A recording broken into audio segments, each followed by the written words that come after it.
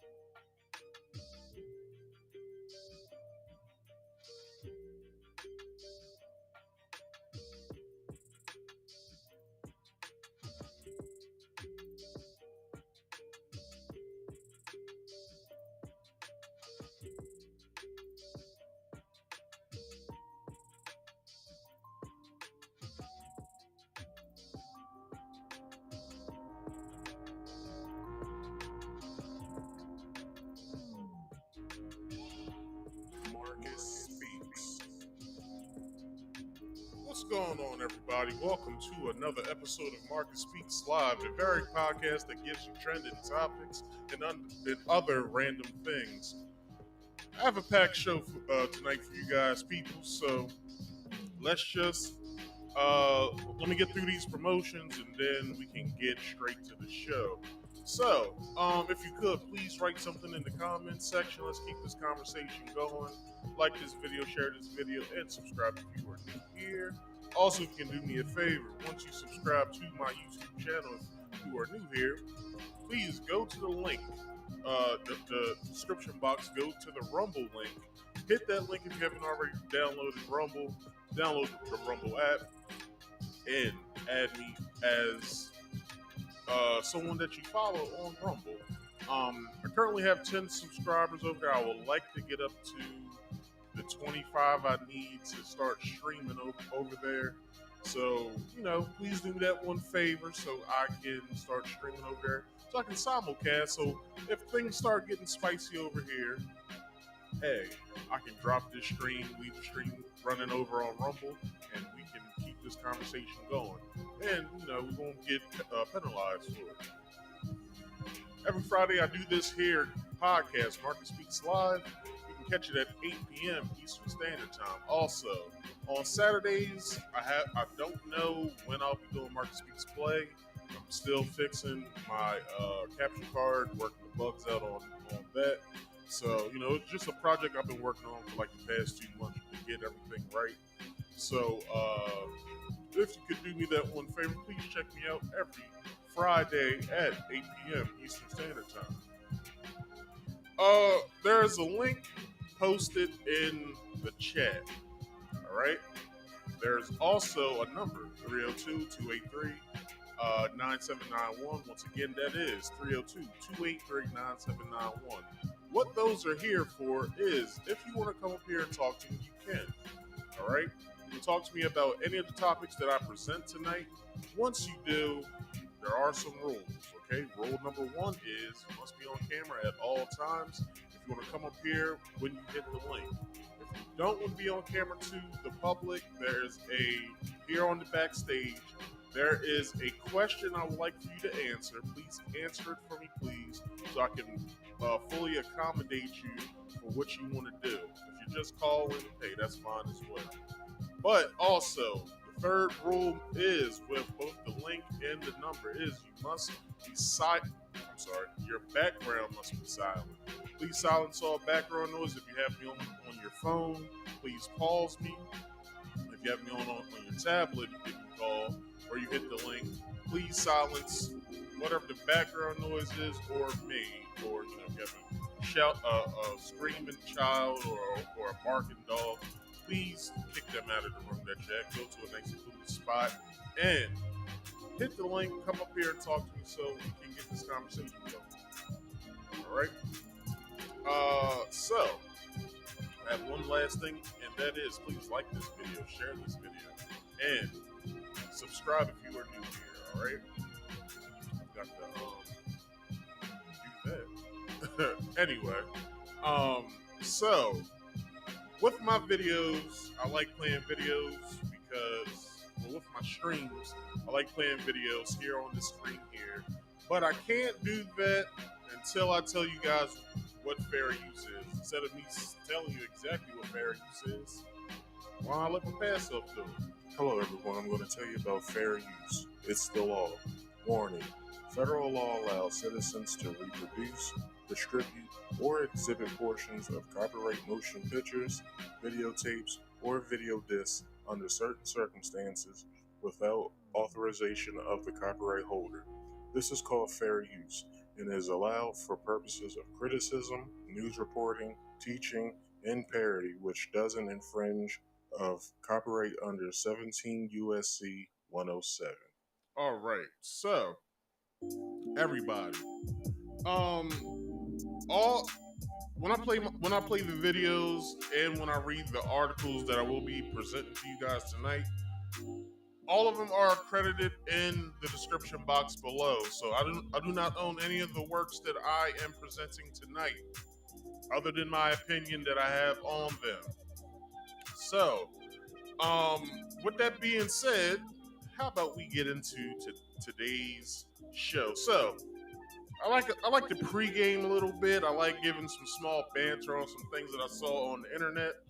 And the first small banter topic I like to talk about real fast is Mia Khalifa.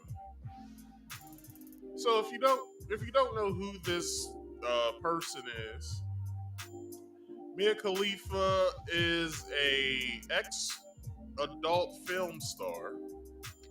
She currently, I believe, has a podcast, and she is a internet influencer. She's a social media influencer. During her stint of adult films, she came out probably 4 years ago, and said how much money she actually made from the entire time she was in the industry, and the number is very disappointing. She made an upwards of $12,000 the whole entire time she was in the industry. Now, I ain't got nothing to say on that because that's none of my business. But I will say this: if she was good enough, she would have stayed in, but she wasn't that great. I'm only saying this from a research stance. I'm not saying this from a stance of which I know her works. All right, had to go through some research materials to actually get my opinion tonight because I didn't know exactly if she was a good performer or not. But anyway, without further ado, this is a viral video that she has made recently, and it's talking about her giving marriage advice. How about we see exactly what the hell she has to say when it comes to marriage? Oh, we're comparing stats. Baby girl doesn't know that I am Tom Brady at this game. Married at 18, divorced at 21. Second marriage, married at 25, divorced at 28. Third engagement, engaged at 29, ended it at 30, but I kept the ring. I'm still keeping Tom Brady on his toes.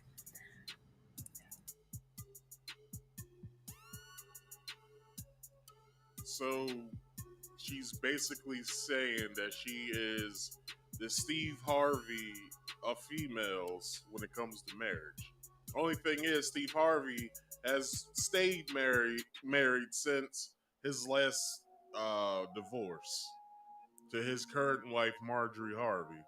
She has only a ring to show for her stint of marriage, and she said 3 times. So, she can't. It seems like she can't get certain things right in her life. She can't. She can't stay married and she can't fuck. Like the shit's crazy. Let's keep going. We should not be afraid to leave these men. We are not stuck with these people. Marriage is not a sanctimonious thing. It is paperwork. It's something, it's a commitment you make to someone. But if you feel like you're not getting anything from that commitment and you're trying, you gotta go. You gotta go. You have to go. I know. How can she look? You I can't believe I'm about to say this. You're having everything taken away from you. So how can you give anything to anybody on a daily basis? Probably not a daily basis. Probably every other day basis when she was in the industry. She was getting what's the term I'm looking for? Plowed. She was getting the fuck plowed out of her, and she wasn't fighting back. She was the most terrible, and I do mean terrible, the most terrible porn star I've ever seen. I should have never said that word. Adult film star. She was the most terrible one I've ever seen in the industry. Why do I say this? Have you seen any of her videos? Every once in a while, man, has to take care of himself. So, I go and check stuff out. You know what I mean? I go and check things out. And, I came across some of her videos before, just saying. Came across some of her videos. And they're terrible. Like, they're literally terrible. Like, you go from this to I'd rather read a book, to be honest. Like, this shit is fucking boring. Like, she's fucking bored. Anyway, let's continue exactly her advice, and let's wrap this up and tie it in a bow. It's difficult to fill out paperwork and to make appointments and to do all of these things, but this is your fucking life. Do you want to be stuck with someone? Twice divorced and Okay, I don't think, Mia, it's being stuck with someone. It's actually falling in love, being so in love with somebody that you then make that step to spend the rest of your life with. That's what I believe what marriage is. Also, my whole thing is with marriage is it's just somebody that you want to watch TV with the rest of your life. That's all. You know what I'm saying? Somebody that you sit down and watch TV with the rest of your life. And I haven't found that TV partner yet. I'm still looking, but I'm not really worried about it all that much. But you know, I gotta get that TV partner. So the only thing I really have to say to end this part of everything is she's terrible at what she said. Like, how can you give marriage advice, terrible marriage advice at that, and you don't really have anything to show for it other than 3 divorce decrees? So, obviously, no one's taking her word for anything because not only can she not stay in a long enough relationship, she can't even do anything to keep the person interested in the relationship. But that's just me talking. So anyway, moving on. So I don't know if you guys seen this viral video of this gentleman talking about how he was stood up while trying to go on a date. His date stood him up. So let's see this viral video, and I'm gonna work through it a little bit. I'm gonna give him, if he's watching this, I'll give him some pointers and what he should have done and what he shouldn't have done during his time, or him trying to date the person that he's dating. So let's see exactly what this young man, or this gentleman, I should say, had to say when it came to him being stood up. So I just left a restaurant after waiting 30 minutes for a date to show up, and apparently I got stood up. I don't know what to say. Like, I'm trying to do everything right to be a gentleman. I brought flowers. I've been. That was your first mistake, sir. Now, I know you try and be a gentleman and everything, but you don't know this person. That's rule number one. You don't know this person. So to be a gentleman, I understand. You was raised right, so you want to give off the best impression possible to the person that you want to show that you like. But you never give at all. You never give. Uh, you never give flowers off bat. Flowers is for special occasions. The first date really isn't a special occasion. Flowers is for like your second or third date. That's what flowers are for. Or, if you guys are together, flowers are for a surprise. You know, hey babe, I was thinking about you. Here's some flowers, here's a card. And with cards, fellas, if you are listening, please open your ears if you are listening to me. If you are dating a young lady right now, or whatever female that you like or whatever, look, if you're even if it's a birthday or Valentine's Day, listen to me. If you're going to Hallmark and you're getting cards, that blank area on the left side, write something on it. Something sentimental, something sweet. All right? Women love seeing that side of the card filled out. Look, the card itself, what it says on the inside, really doesn't fucking matter. All right? What really matters is what you have to say on that left hand side. So, write a nice, short, and sweet, to the point little note in the card. Show her, through words, tell her how much you like her, love her, whatever. Women love the fuck out of that. So, number one, I will say, sir, you're coming off as desperate because you brought flowers and you seem eager to date this person. Your best bet when dating women, fellas, if you've never been on a date or if you suck at dates, take this pointer here. And I will give you an example of what a bad date looks like and what a good date looks like through my own personal experience. All right. So, I forgot my whole train of thought at first. What the hell was I saying? Okay, so you came off a little too strong. Brought flowers, you dressed up. I'm pretty sure the date really didn't call to be dressed up. First dates are always, yes, you want to give off a good impression. So, best attire for a first date. All right, and if you're been talking to this girl for, I don't know, 2 weeks to a month, and then you're finally getting the cojones of asking her out on a date. Your best bet on the first date when it comes to dress attire is to dress down the first time.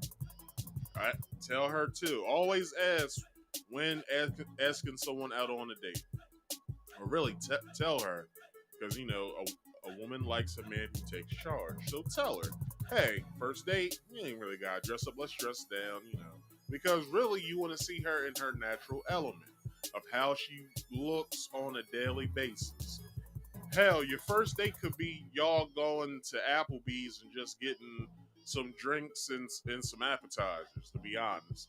Dress down. Let me see how you look like on a daily basis. If you like her like that, then everything else is a breeze. So, okay, so I'll give you the good date first, and then I'll give you the bad date second. So, first, good date that I've had. I met this young lady. I was probably like 24, going on 25. Me and this lady actually hit it off pretty well. So what happened was, I was over my cousin's house. All right. Now, disclaimer: my cousin that I'm talking about, the young lady that I'm also talking about, is his cousin as well. I'm his cousin through his father. She was his cousin through his mother. So his mother and her mother were sisters, and then the way I'm cousins with him is through his father by way of my mom, and they're like, I don't know,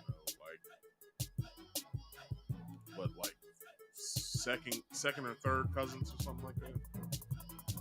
So I planned a date. I talked to her probably a good week and a half to 2 weeks. Wanted to fill her out a little bit. So I planned our date. I said, look, I'm gonna plan a nice date for us. You know, I like having fun, so some fun things to be in there. So first thing I did, I took her out to dinner. Always fill someone's stomach up that you like because, you know, shows how giving you are, basically.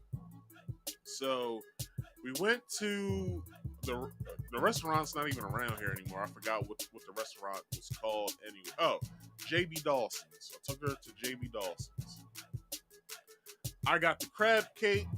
I got crab cakes, fries, coleslaw, and I had a Hennessy and Coke, as well as I had, along with her, I had a glass of wine. She had the Alfredo, chicken and shrimp Alfredo, and she had a glass of Moscato, and I think she had a Sprite as well.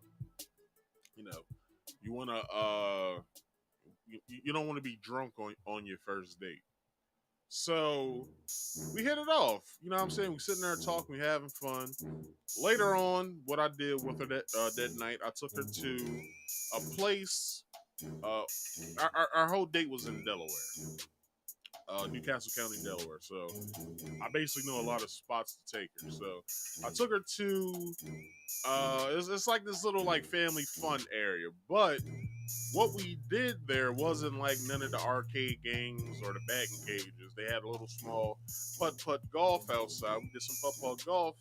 And that was basically me breaking the ice with her and talking to her some more to get to know her. So we did putt golf. We both didn't know what the fuck we was doing. So with that, we gained a connection. All right. So basically, the whole time, we're also getting to know each other, but we're also making fun of each other of how much we don't know what the fuck we're doing. All right. So from there, what else did we do? From there, I believe I took her to. What was another fun thing we did? I forgot what it was, but then I think I ended the night with us going to the movies, and then after that, I took her home, and yeah, I took her home. I won't go any further than that. So bad date. So I had just got out of a relationship. You know, nigga was feeling a little lonely, so I started getting on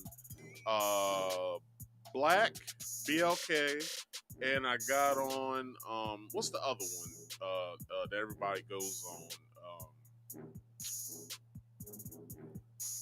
Black is just like it. I forgot what it's called, but you know the dating app everybody's on, the most popular one. So I met her on Black, and you know I thought she was cute, so we was talking. I probably talked to her for a good maybe week. And then I asked her, I said, "Hey, look, you know, let me take you out on a date. Let me get to know you some more, and you know, I like to take you out." Okay, day of, I'm working. I'm getting some overtime money. So from my date, from work, I leave. I leave early because I was doing overtime. She called me probably around maybe 7 because I had planned the date for 8 o'clock. So I rush home. I freshen up, and she calls. She says, "Hey, should I leave now?" Because she was gonna meet me at the restaurant. She said, "Should I leave now or should I wait?" I said, "No, you should leave now because it's going to take you longer to get there than what it's going to take me. It's only going to take me about 15 minutes to get there." So, okay, but the thing was, I was running late. The pants that I wanted to wear weren't clean. So, I remember putting them in the washer before I went to work. I just didn't put them in the dryer.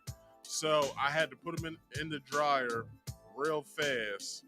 And, you know, I go upstairs, I take my shower, come down, start getting dressed. I feel the pants, they're a little dry, but they're still a little wet.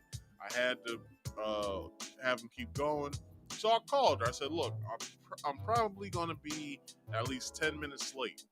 So if you're there, either you can sit in your car and wait, or you can go into the restaurant and get us a seat, and then I'll meet you inside." Okay, she didn't do that, so she wanted to wait for me. So that's okay, fine. You know, that's cool. So since I'm running late, I'm running red lights, and you know I'm not even really giving a fuck because I want to make a good first impression. So okay, so when I get to the restaurant, I park. There's a car sitting directly across from me in another parking space with their lights on. I pay no mind to it. I get out of my car, I rush into the restaurant. As I'm rushing into the restaurant, I'm texting her, "Hey, I just got here. I'm going into the restaurant. I'm not sure if you're in there or not. Call me and let me know." So she calls me. I'm inside of the restaurant at this point. She calls me. She's like, "You know you just walked past me, right?" I said, "Oh, where are you at? Are you inside? Where are you?" She said, "No. You parked across from me and then you didn't wait for me to walk in with you." I told her, "Oh, I didn't know that was you. I never asked her for what her car make and model was." So, okay, sorry, I'm going to rush back out and come get you. By this time, she was at the door. So, you know, bad on my part, but whatever. So, giving pleasantries. Hey, how you doing? You look very nice tonight. Blah blah blah blah. Whatever, right? So you get seated, and they ask for what do you want to start out to drink? I said, can I get a water and a Hennessy and ginger ale? So she got a Long Island iced tea. Already knew shit wasn't right at this point because she got a Long Island iced tea. If anybody has ever had a Long Island iced tea, you know what I'm talking about. Anyway, so cut two. I'm trying to make conversation with her, trying to get to know her. She's just sitting there with the stupid face. And I'm like, all right, I got a better way to break the ice. I said, hey, give me a second. I'll rush out to my car and I'm gonna come back. So I rushed out to my car. So, y'all all know who Derek Jackson is. The infamous Derek Jackson. Derek Jackson on his website had a card game called Mentally Stimulate Me. Mentally Stimulate Me is a card game kind of like Cards Against Humanity, but not really. So basically, Mentally Stimulate Me is a game that basically you throw out this question card, and then on the cards you have A through B. A through D or E. I can't really remember. I think it's A through E, I believe. And so what happens is I come in with the game, and the purpose of the game is that you can spend however much time on one question because it's kind of like an icebreaker game just in case someone's shy or something, or just if you're sitting around with your girl and y'all want to have conversation about relationship shit. So I brought the game in, I set it up as all right. So I explained the game to her. So I took the first card and I asked her a question off of it. So I gave her the question. The answers to it. So then I was like, okay, throw down your answer. So she threw down C to the answer. I threw down A. So the art of the game is you have to explain why you gave that answer. So from there, that could branch off to a whole bunch of other shit. Okay, brought the game in, explained the game to her, started playing the game. Didn't seem like she was very interested.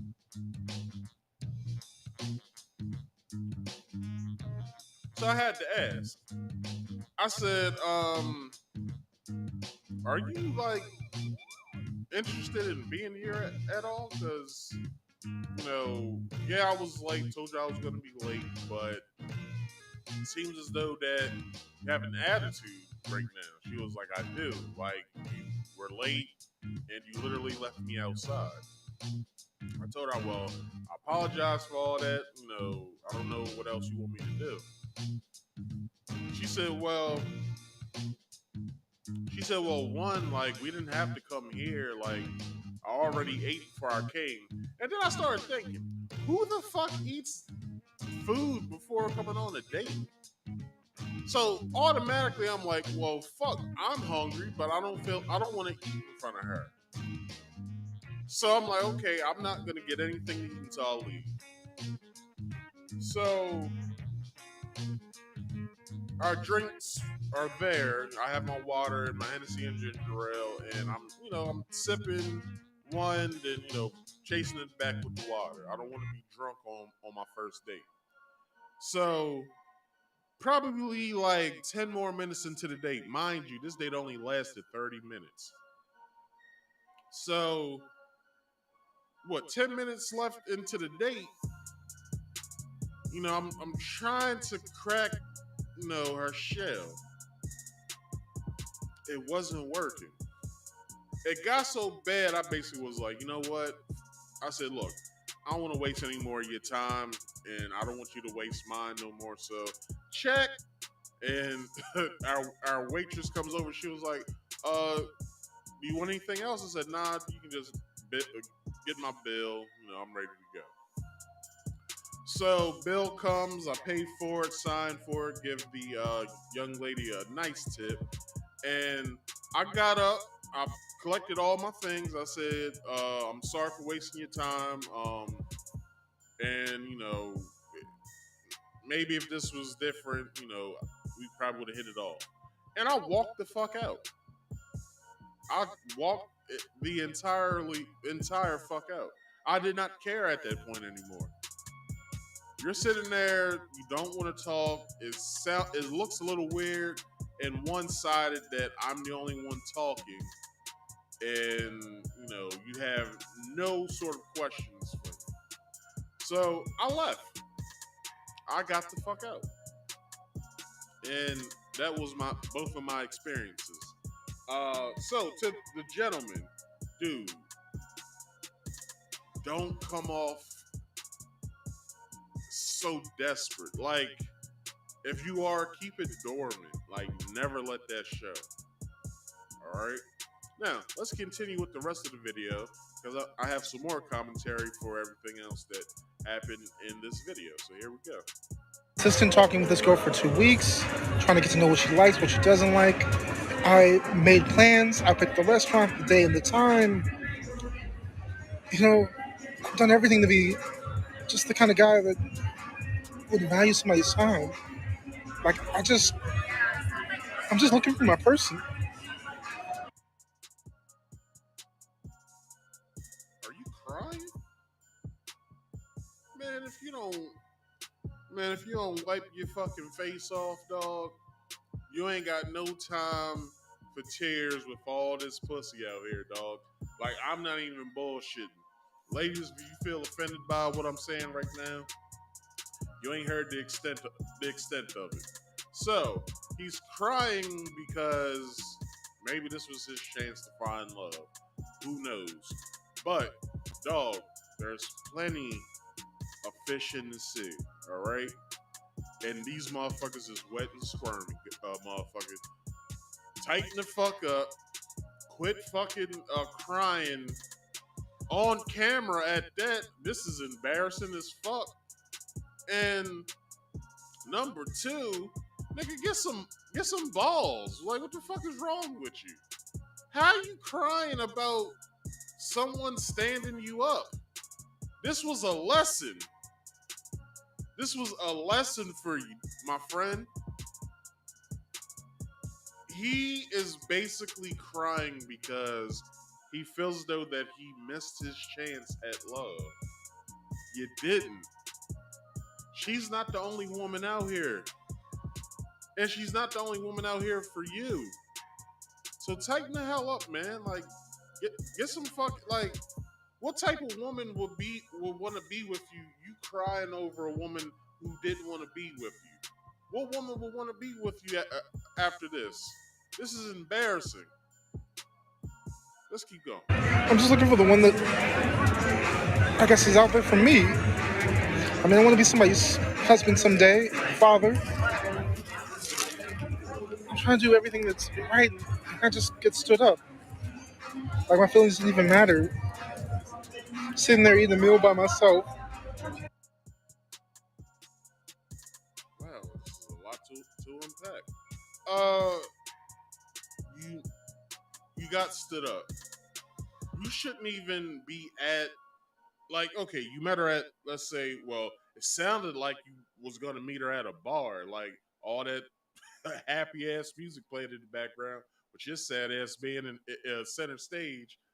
Shit don't make sense. Number one, if you got stood up, right? Number one, why was you not in contact with her once you got there? You should have been like, hey, I'm here, blah, blah, blah, blah. If she didn't step through that door within the first 10 minutes of you getting in contact with her, that's when you should have left. So if you ordered food for yourself, shame on you, my friend. No. Because then you have to pay the bill and do the walk of shame after that. Because waiters and waitresses and bartenders are looking at your lonely ass sitting at that table eating your meal.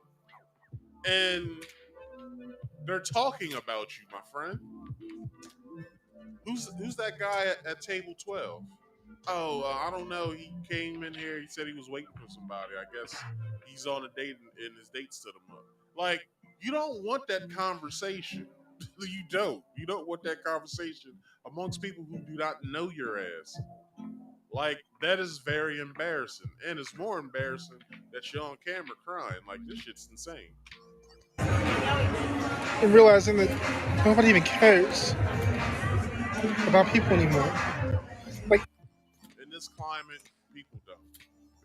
This dating market now, it's part of the reason why I'm not dating right now, because this dating market is bullshit. Yeah, I said it. It's bullshit.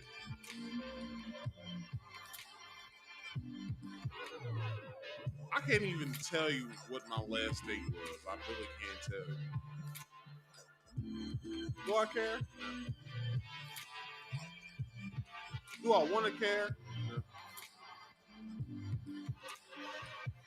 Like, dude, you are literally crying on camera. This shit went viral. Every woman that you probably would probably like at this point have seen this video. How many dates do you feel though that you're going to be on after this? Big fat donut. Now, I'm not coming down on this dude because he seems like he's a very nice young man. He looks like he'll be a great partner because he's caring. But my friend, dating is like playing poker. You gotta show that poker face. You gotta show that poker face.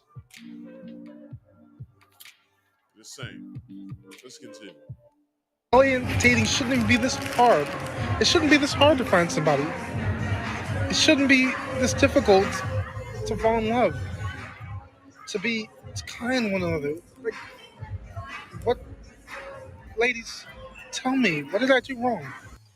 Yo, so that video y'all just got done seeing was a brother that was looking for love in all the wrong places. He says that All right. I didn't mean for all that to play, but anyway. Um. Yeah, it's just okay. Number one, I already told you some things that you did wrong, but let's go down the list. Why don't we? Okay. One of the things you did wrong. Number one, you showed up to the place of where you was gonna take her, and you went inside by yourself. That's one mistake that you did. Second mistake, didn't seem like you was in contact with this person all day. Not saying you were supposed to be down her throat, but at least, seeing if she was still available to come and blah blah blah blah, right? Let's take number three somewhere else. Let's say that the young lady that you was talking to in the place you was gonna take her, let's just say she had a friend that worked there, right? So if her friend is working there that night, and you showed up before she did, her friend, who is probably a waitress, bartender, whatever, she's given the full rundown on you. Oh, girl, he's here, and he got on a flower collar shirt or whatever the hell the shirt he has on some pattern collar shirt. He has on these beige khaki pants with some rock ports. Like, girl, don't come. And his eyes is doing some weird shit. Like, girl, don't come.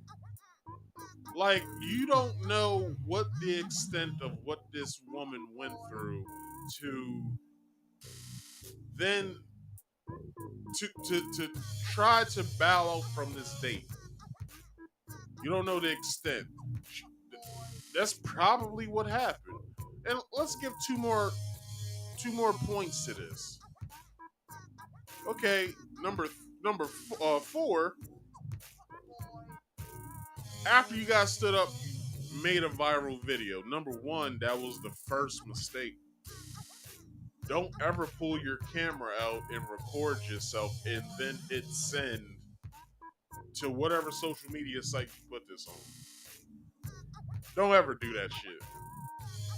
Number five, cut your losses, man the fuck up, and get back out there, champ. Like, there's nothing else I can really say at this point. Like, what do you want me to hold your hand? I can't do that. The dating market is probably one of the most bullshit markets you can be in. Is going around dating. Now, if you got the gift of gab, like I do, like, if you can make a woman laugh, you can make her feel something that you're saying, you can keep her engaged in what you're saying. Like, I'm not saying that he probably didn't, but it seems as though he didn't because the girl stood him up. Like, look, if you have certain interests that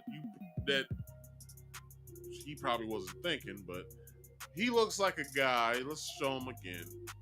He looks like a guy that likes anime and stuff like that. Look, if you like that shit, it's probably a chance that she likes that as well. But certain things you should just keep to yourself. Now, if y'all didn't speak about anime during your whole time being, talking to this person, if certain things you weren't talking about that you felt as though that gained her interest in you, should have just left it at that and then had her learn more about you as time went on. But it seems as though you were trying to get out there and start trying to be somebody's husband and father. Those are two things that will scare a woman off. If you're automatically starting to talk about, well, I want to get married someday and I want to have kids, you might be running into a person that probably don't want that shit like you do. And you're making yourself look like a fool in front of this person because 9 times out of 10, you probably scared her off. And that's just how the cookie crumbles with that. Like, I don't have much else to say on this other than do go back out there, dust yourself off, pick yourself up, dust yourself off, and try again. Try again. All right? Now, that has been this part of the show that I called the small banter portion of the show. So, how about we get into today's main topic? Why don't we? All right, so tonight's main topic or top news story of the week: Florida School Board partners with Prager with new history curriculum. Now, if you guys have no clue what I'm talking about, a couple weeks ago, I believe it was, I did a story on Ron DeSantis. Ron DeSantis had a press conference that he did. I believe it was in Illinois, and the media asked him about the new rollout of his history curriculum. A certain portion of it, where it starts to talk about African Americans' contribution to America, right? Now, there's a portion in there that I brought up. I brought up paperwork to it as well. I brought the the school board's curriculum of how it's set up and everything. One of the parts in there, it stated that black people benefited from being enslaved here in this country, which is a dirty fucking thing to say. Because of the skills that they've learned during the time when they were slaves that they could pass on to their descendants. Very pompous, very revisionist history-esque that they would do such a thing. So, cut to now we find out that Ron DeSantis, or not just Ron DeSantis, but the Florida School Board partnered with right-wing PragerU. Now, PragerU stands for Prager University. It's basically a organization that gives alternative history lessons when it comes to America or the world itself. It's a lot of people that's upset about this this information that just came out about this. There's a lot of people upset. Now, this video I'm about to show is basically setting all this up and giving you some insight of what's happening down there in Florida. So, here we go with today's first video with the main topic. What I'm about to show you here is a sampling of the supplemental educational materials that were just approved by Florida's Department of Education for showing in public schools, kindergarten through 12th grade. America is more than just a place on a map. It's an ideal and a set of values stemming from Judeo-Christian principles. Despite what some confused people think, masculinity is not toxic. Most gender stereotypes exist because they reflect the way that men and women are naturally different. Eventually, all socialist countries face serious scarcity of basic needs. Change, however, came to India when the British Empire took control. So that's just basically a snapshot of what they do over there at PragerU. PragerU not only has a website, I believe they have an app as well as a YouTube channel and social media accounts as well. So PragerU basically, it was founded by the CEO of the company, Dennis Prager.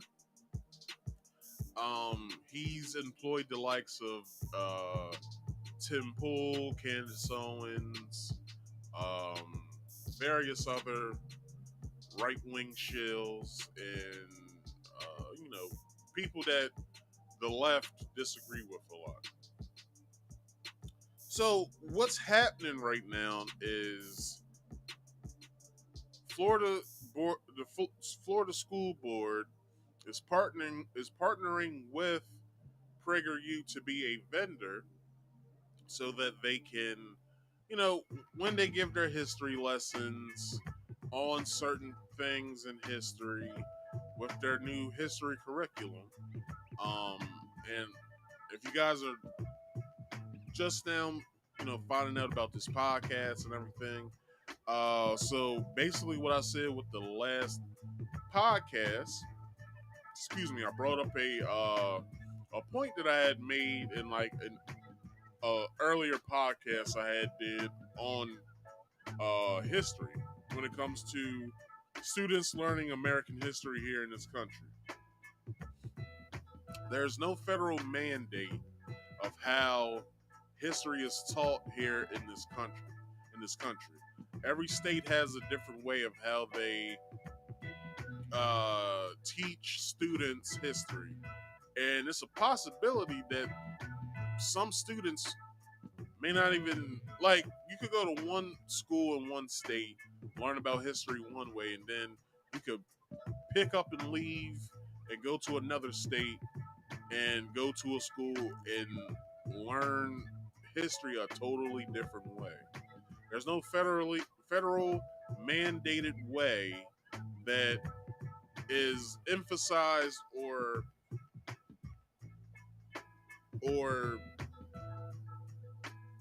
done to where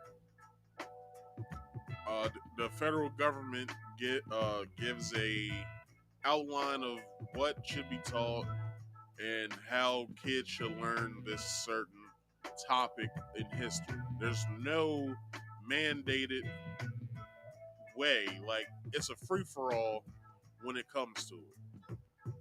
So, I went to school here in Maryland. So, if I would have went to Delaware, they probably would have had a totally different way of how I would have learned about history in Delaware. So, just something to think about. Along with advancements in transportation, agriculture, and government, the British spread the influence of Christianity and Western values throughout India. Yes, yes, the famously benevolent English occupation of India. These videos are part of a program called Prager Kids. It is overtly right-wing, and it answers a question that I have had for a while. Ever since Florida Governor Ron DeSantis signed the state's so-called Stop Woke Act, which restricted teaching anything too woke in Florida schools, I have wondered what that will actually mean for lesson plans and class time. Well, last week we got our first glimpse of that with Florida's new history standards that require students to be taught that Black Americans benefited from slavery. And now we have another glimpse, Prager Kids. The right-wing nonprofit, Prager University, which is, by the way, not an actual accredited academic institution, it describes its mission as fighting back against the left-wing propaganda pushed on children in schools. And that translates to kids magazines that teach about American heroes like Charles Schwab, J.P. Morgan, and Ayn Rand, or ones that push clean coal and describe climate change as an unproven and debated theory. It also means videos about why your kid should back the blue and reject Black Lives Matter. And it also has crafting lessons, like building a model version of Israel's Iron Dome, a classic children's activity right up there with Cat's Cradle. Now, along with that Stop Woke Act, right? It basically stopped the what am I trying to say here? So the Stop Woke Act that Ron DeSantis signed in Florida targeted certain things, such as African American studies, and CRT. So with certain research and stuff like that, CRT isn't, to me, but to the right, they'll take something different. CRT to me is basically the real history of the country being taught in a way that has never been taught before. A right winger would say that is total utter nonsense of what CRT is, but with further study of CRT, they are right in a way, but they, it's a nuanced conversation basically when it comes to CRT. So one thing that was in CRT that they tried to sneak in there was gay studies. Now, I'm not against gay people, but with the whole climate that we're in when it comes to, kids being preyed upon by the trans community to, get new pronouns and transition and stuff like that. It's certain things that I don't want in American schools, and that's one of them. But this stuff is being, placed on to children, and it's wrong. It's wrong. So I can understand why Ron DeSantis did sign the Stop Woke Act. I can understand why he signed it. But when it comes to African American studies, and when it comes to and the whole CRT portion of the whole matter, when it comes to how they taught it there in Florida, it was utter nonsense. Like, it was a bunch of bullshit. So I can say that I'm glad he did do that, but I did show you guys who actually wrote the new history curriculum the last time I spoke about this, and it was basically Aunt Jemima and Uncle Ben who wrote this shit. No bullshit. What I'll do when it comes to the end of the video, when you see my thumbnail and whatever video that I've done, I'll make sure that I put that video at the top spot. So when I say, all right, y'all, I thank y'all for watching, blah, blah, blah, I'll make sure with that top spot there, I'll put it there. I'll make sure I do that, all right? So, the only few things I have left to say before we get into the article and we finish this video is this. I really feel as though that the whole history thing, when it comes to the Black history portion of it, I feel as though that's being targeted to a point is because they're trying to rewrite African American history as we know it. And with that being said,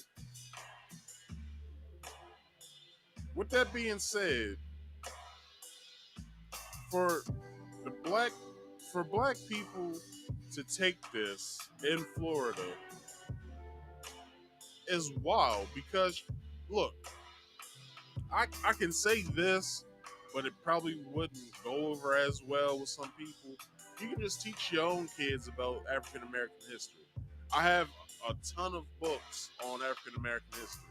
So if my kids aren't being taught at school about it, hey, come sit down, Pop, and I'll give you a little Black history lesson real fast about what happened in American history at one point when we were here or whatever. Or I can teach you about Black history in general when it comes to who we are. Like, you shouldn't just put your child's development on just the school to do. Yeah, the school has them for 7 to 8 hours a day, and you may work 8, 10, maybe 12, 14 hours a day, but you still should have time to sit down with your kids and at least teach them something other than just yelling at them and teach them how to do housework or yard work. There should be at least some sort of lesson in there. Like, if they're not as proficient in reading, why aren't you buying them books? Why aren't you not telling them to shut the game off and read 10 pages a day? I still do that to this day.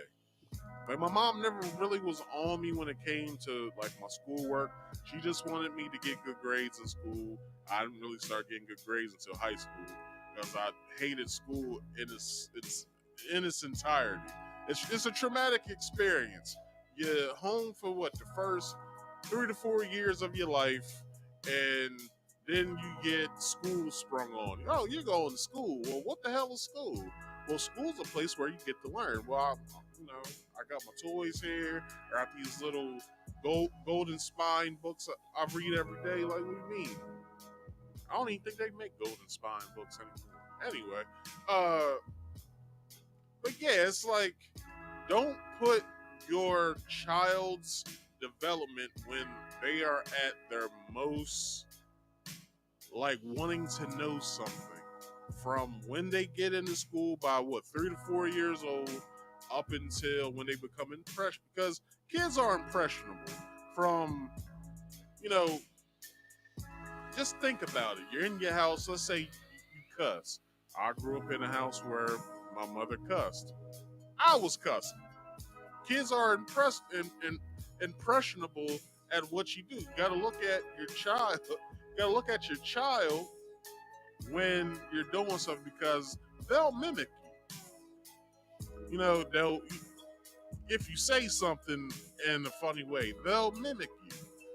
If you do something, they'll mimic you. Like, kids are impressionable up until the age of whatever. Like, even in your adolescent years, you're still impressionable. You have your, what's the saying? Kids get their personality or the way that they're going to be by the age of 5. So just think about it. You're sending your kid off at the ages of either, let's say they get into daycare. You know what I'm saying? When they're in their earlier stages of life, 1, 2, 3 years old, right? So, depending on where your child's being held at the daycare, and me myself personally, if I was to take my child to a daycare, I would want to know if any of the people who are working there have a teacher's background. Let's say it's like a retiree that's still wants to work with kids, but she doesn't want to do it in a classroom setting. And let's say that she so happens to want to be a someone that works at a daycare, then is she using those skills that she's learned in college and honed while being a teacher? Is she doing something at the daycare to help out the young impressionable minds? I would like to know that if I ever put my child into daycare. Now, so when it comes to this whole rewriting of their history curriculum and basically rewriting Black history as if none of the events that happened in those times in Reconstruction, slavery, civil rights, whatever, here in this country. Hell, learning that there were free Black men in this country. The Seminole Indians that they speak about weren't actual American Native Indians, but they were American Native melanin people, Black people. The Seminole Indians in Florida, the Gullah Geechees in North Carolina. Like, there are a lot of things that they can learn in this country itself about themselves and who they are. It's just Florida wants to leave that out. Why? I have no clue, but they are doing their students a disservice when it comes to this. But let's just see what happens. There is also lots and lots of overtly religious, quote, Judeo-Christian content. And all of that is now approved for any Florida teacher who wants to use it as supplemental content in his or her classroom from kindergarten through 12th grade. According to PragerU's website, more states are coming soon. And ladies, if that upsets you, maybe take a note from PragerU's kids video on how to be feminine and, quote, just try smiling. Just try. All right. So, this is wild, yo. Like, I had no clue that was going on. But anyway, no need to fuss. So I get this article that I'm about to read I get this article that I'm about to read to you from the Orlando Sentinel. PragerU videos teach Florida students that slavery wasn't that bad. So, the article states, what Prager University needs is a mascot. The Prager University doesn't need the credentials required of other vendors distributing educational materials to public schools. The Florida Department of Education approved PragerU as it styles itself as a content provider because the not actually a university's hard right ideological bent marks up for its lack of academic qualifications.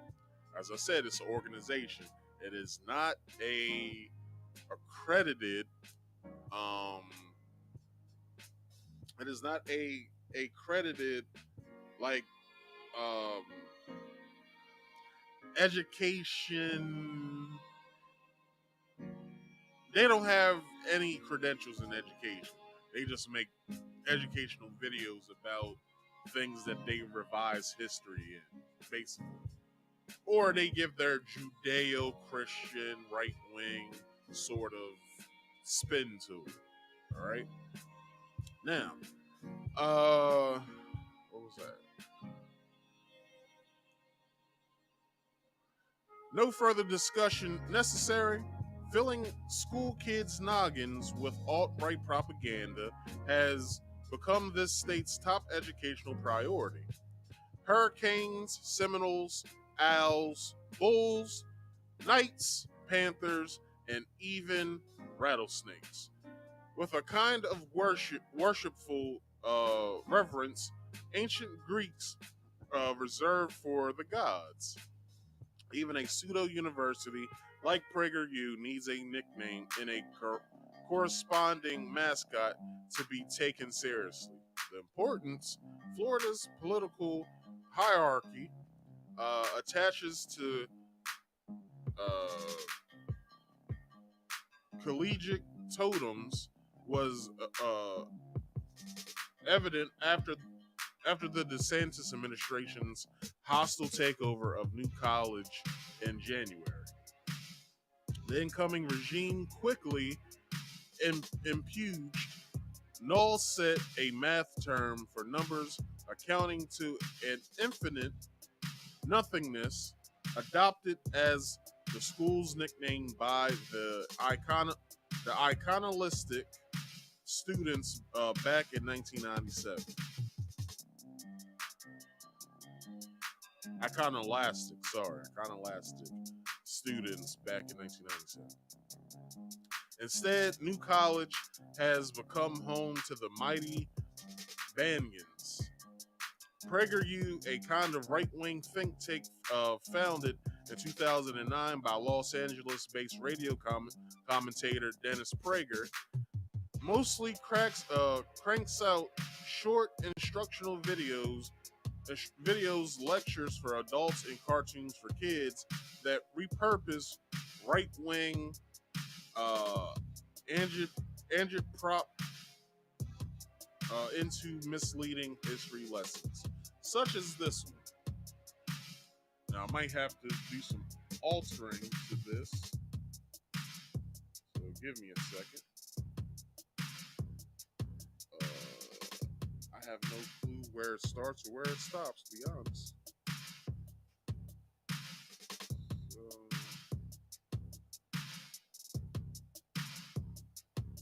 I think we're good. Maybe. Hold on. I gotta check.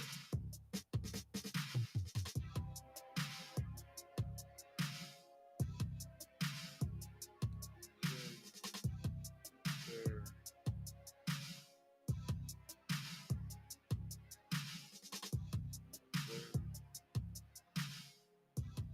Bam. Alright. So let's shrink this and then I'll fix that for the next video. Okay, so here is a short piece of what I took from this PragerU video of what they're showing in the PragerU cartoon videos for kids. This is exactly what the hell is said in the video. Here we go. But what about slavery? You didn't deny that. Deny? No. Slavery is as old as time and has taken place in every corner of the world, even amongst the people I just left. Being taken as a slave is better than being killed, no? I don't see the problem. All right. So, heard what they said, right? Being a slave is better than being killed. Are you fucking serious? Like, in what stretch of the imagination would someone tell somebody that, hey, slavery's better than, dying for what you believe in? It's like, who the fuck are you to tell somebody that slavery is better than dying? No. I don't know if they know this, but it was a lot of slaves that jumped off board, or or leaped to their deaths from the boats because they didn't want to be somebody's slave. That's exactly what happened in history. But do they bring that up? Nah, they don't bring that up because it doesn't fit their agenda. It doesn't fit what they want the kids to know when it comes to them learning about actual history.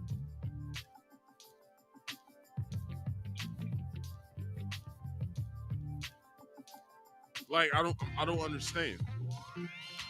Well, let's keep going. Let's take even a deeper dive into this article. So, academics may be appalled, but Prager used bigoted worldview offers some swell mascot possibilities. Admittedly, it might be tough to choose between Prager University's raging homophobes. I don't really have a problem with that, but or the mighty xenophobes. No, that's the thing I have issues with. An institution determined to rehabilitate Christopher Columbus's tattered reputation could dub itself the historic revisionists. A Prager animation depicts Columbus telling a couple of time-traveling 21st century children to stop dissing him for enslaving the New World's native inhabitants, given that at the time slavery was no big deal. Besides, some children,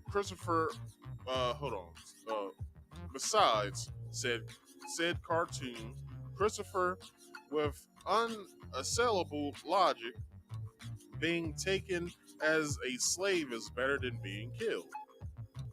Not to be outdone by Columbus, an animated version of Frederick Douglass, the 19th century abolitionist, author, and orator, a one-time slave himself, tells kids, no doubt surprising his biographer, I'm certainly not okay with slavery, but the founding fathers made a compromise to achieve something great, the making of the United States. Prager U. Now, I don't have that video, but you guys can see it here on YouTube. It's fucking disgusting. The only reason why I didn't put it in here is because I got mad watching it, and I didn't feel like getting mad on the show and ranting about it because I probably would have did like a good 15-minute rant. I don't have that type of time right now. But it shows, it shows the logic of which they will stoop to when it comes to trying to push out some sort of idealism when it comes to what this country is about or was founded upon. And to me,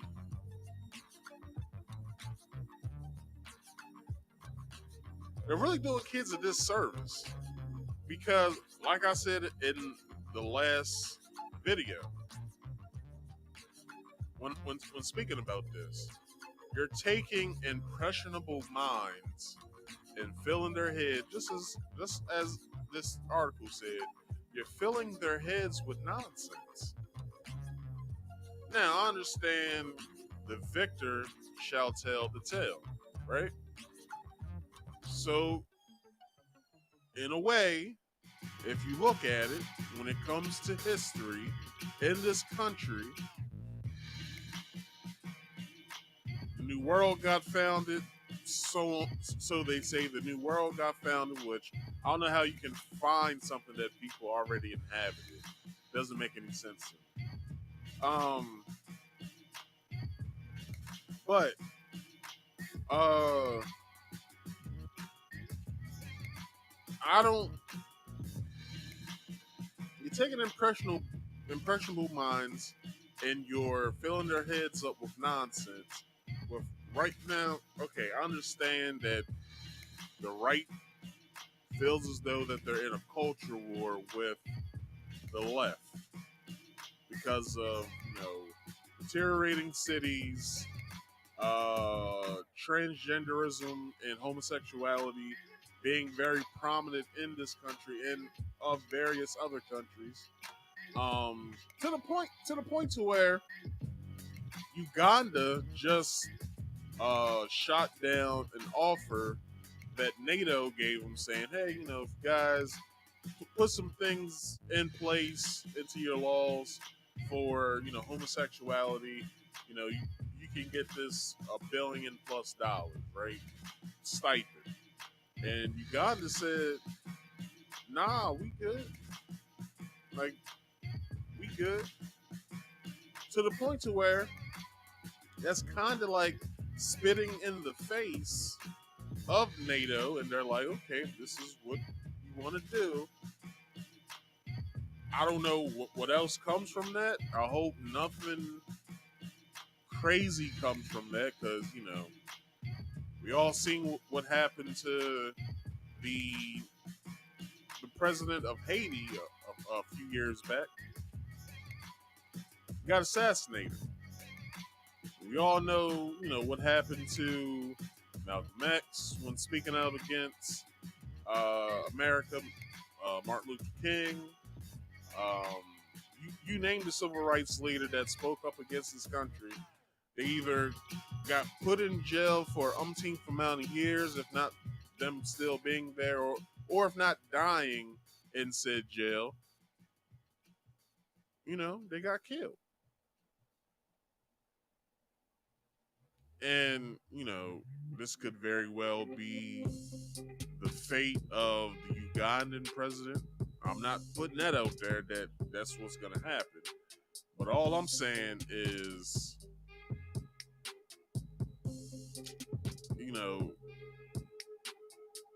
now I wouldn't say that if you bite the hand that feeds you, because it's really these African countries that's feeding these other countries, these other Western, Western Europe and American countries. You know what I'm saying? Like, it's Africa that's actually feeding, these America in Western Europe. To the point to where I forgot that African country's name. But they basically told France, "Get the fuck out of here." That's what they basically said to France. "Look, we don't need you here no more. You've been a bane in our existence, and we want you out." Because now I believe that that small country is lining themselves up with Russia with this whole BRICS situation. Guys don't know what BRICS is. BRICS is Brazil, Russia, India, China, and South Africa. And other countries in the world have placed their bid in to be a part of the BRICS, the whole BRICS system. Basically, BRICS is like an offshoot of NATO. NATO stands for the North American Trade Organization, I think.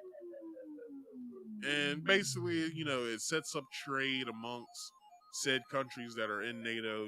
America's in NATO, France is in NATO, England and Great Britain is a part of NATO. So, in various other African countries, in South America, I believe Central America is a part of NATO. So, it's more so, a competing offshoot of NATO, basically. They don't want the American dollar to be placed as their petrodollar anymore because basically, our dollar for these other countries buy them oil for them to sustain living in said countries. So Russia and China and India and I want to say Saudi Arabia is a part of BRICS as well. They all place their bids in and they're all willing to come up with what currency would be right for them to buy said oil because where most of the places where we get our oil from, well, number one is the Middle East, and the second one is Russia. Another thing that we get from Russia is wheat. So, with that being said, it's like for us to be at odds with Russia by way of Ukraine and us sending in troops into Ukraine to where the president basically put it in order for the reserves to get a piece of the action to the point where American military doesn't have many signees, and it's a possibility, not saying that it's true, but it's a possibility that they can start to draft again. Now that covers up damn near every presidency or whatever. Is the draft gonna come back? Blah blah blah. Like they put it in place after the Vietnam War to where they wouldn't do it. That's the reason why we have the whole reserve system, whatever, the Army reserves and stuff like that, or the military reserves. We put that in place after Vietnam for the simple fact that a lot of men got killed over in Vietnam, and it wasn't a lot to send over at the time as well. So basically, what the government put in place was a reserve military force just in case they ran out of soldiers. They could pick from whatever the ones that they had and could send them over. So for this to happen, for Florida to I went on a tangent.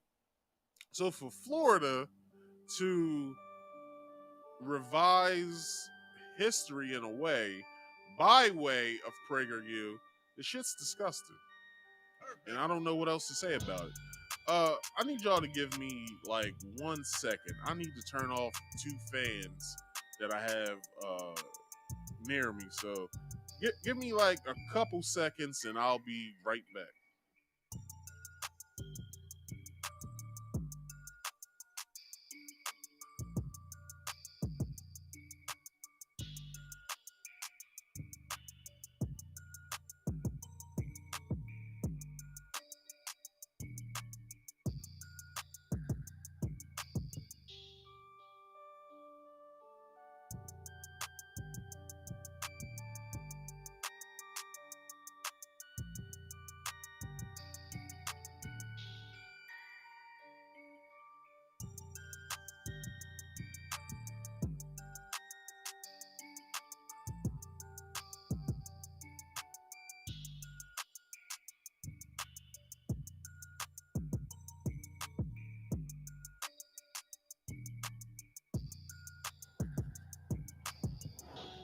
All right, so get myself back here. So, for Florida to do this, to basically buy in on a organization that prides themselves on revisionist history, it's disgusting to me. Like, it's just, it doesn't make any sense at all to me. Let's keep going with this article. So Prager used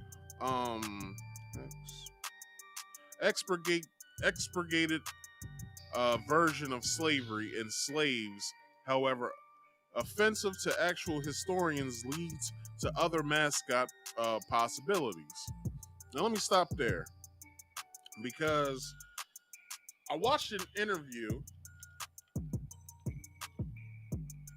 of a history teacher from Florida who went over the curriculum, because every teacher, when it comes to, them being a teacher, they have to look at the curriculum for the coming year so they can know what they're teaching. They get like a rubric of everything that they're going to be teaching that semester and the next semester or whatever. And yeah, basically they have to come up with lesson plans when it comes to that curriculum and that rubric. So with them having these have to draw up these lesson plans so they can actually stand in front of a classroom and teach their class. For Florida to go through with allowing themselves to use Prager information when it comes to teaching kids and having them learn something, I believe it is a disservice to the children that are at these Florida schools, and they should never did it in the first place. Now, I don't know if any of the parents have a say so in any of this. That's the reason why you should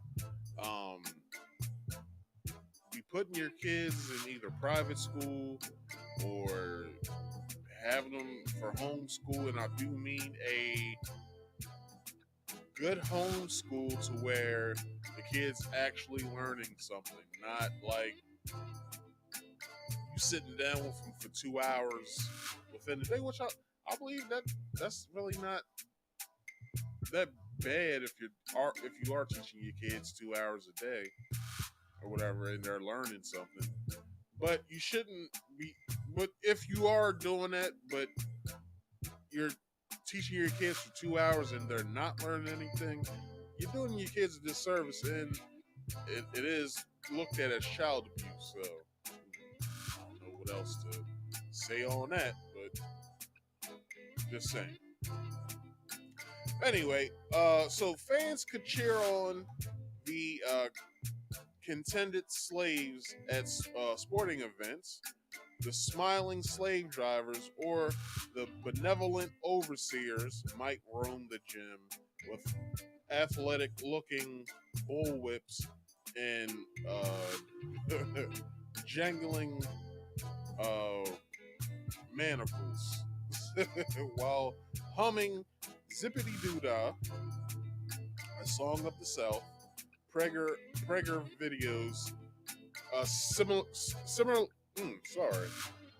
similarly characterize colonialism as a boon to the backward countries. Backward countries seized along their natural resources by European powers.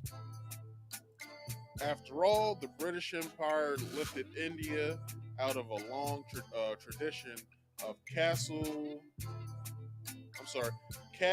discrimination, and reason enough to excuse the military suppression of unwilling natives.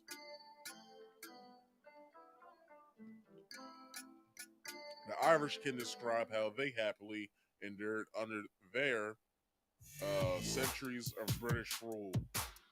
You guys don't know what that means. You guys don't know anything about the Irish. The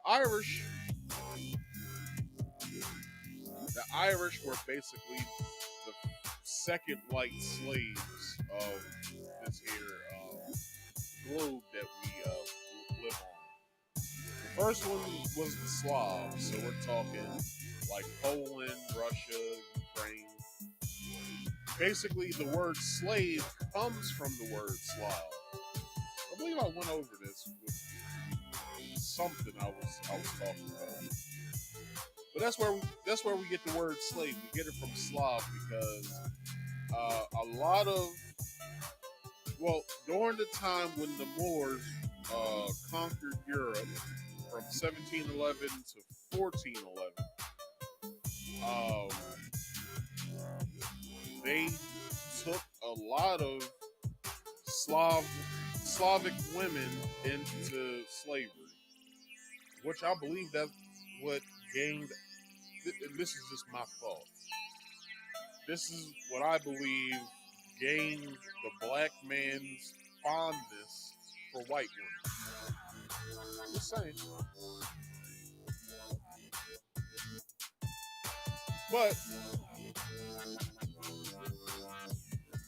But you know, with that being said, could you blame me? Can you blame me for thinking that?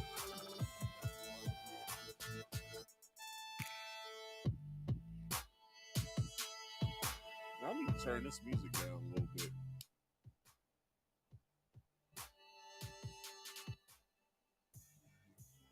Let me see if that helps. But anyway,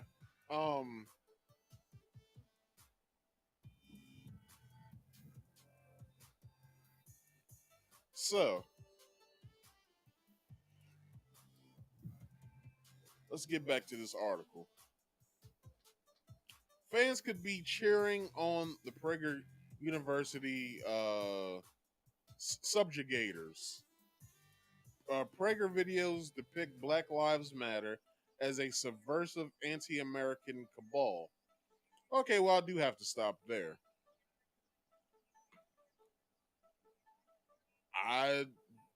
Okay, this is going to be a little hard for me to say.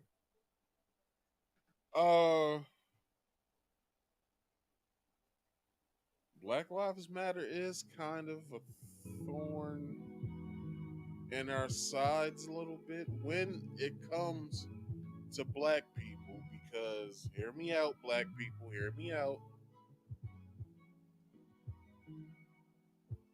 Because if you look at Black Lives Matter, how Black Lives Matter acts, the organization, not the word, the organization.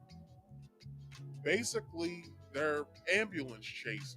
Like a black man dies at the hands of a racist or a racist cop, where everyone gets up in our arms to protest, say his name, Black Lives Matter.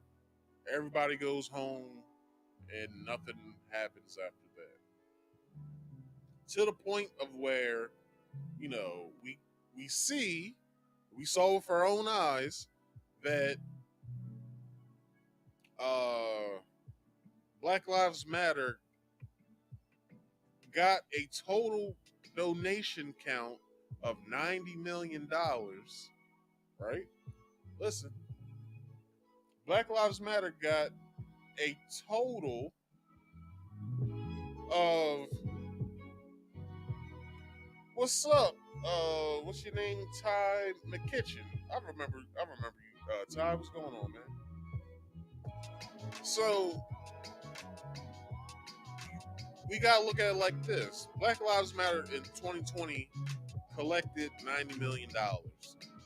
That was on top of a $60 million. It was sitting on $60 million, which made it $150 million that they got that year. They were bad at doing their taxes, to where they had a big ass tax bill to look at. And with that being said, there's nothing being done, because we got to remember, during the inception of Black Lives Matter, what happens when when Michael Brown died, that was the inception of Black Lives Matter. It was a hashtag first, then it became an organization like a year or two later. We don't see Black Lives Matter for a while, up until 2020 during their resurface, their reemergence. And then we got to remember, it was a whole bunch of other deaths that happened between the years of 2014 up until before their resurgence, because we got to think of everybody that died. Tamir Rice, Michael Brown, what was homeboy's name? Philando Castile. What's the woman's name?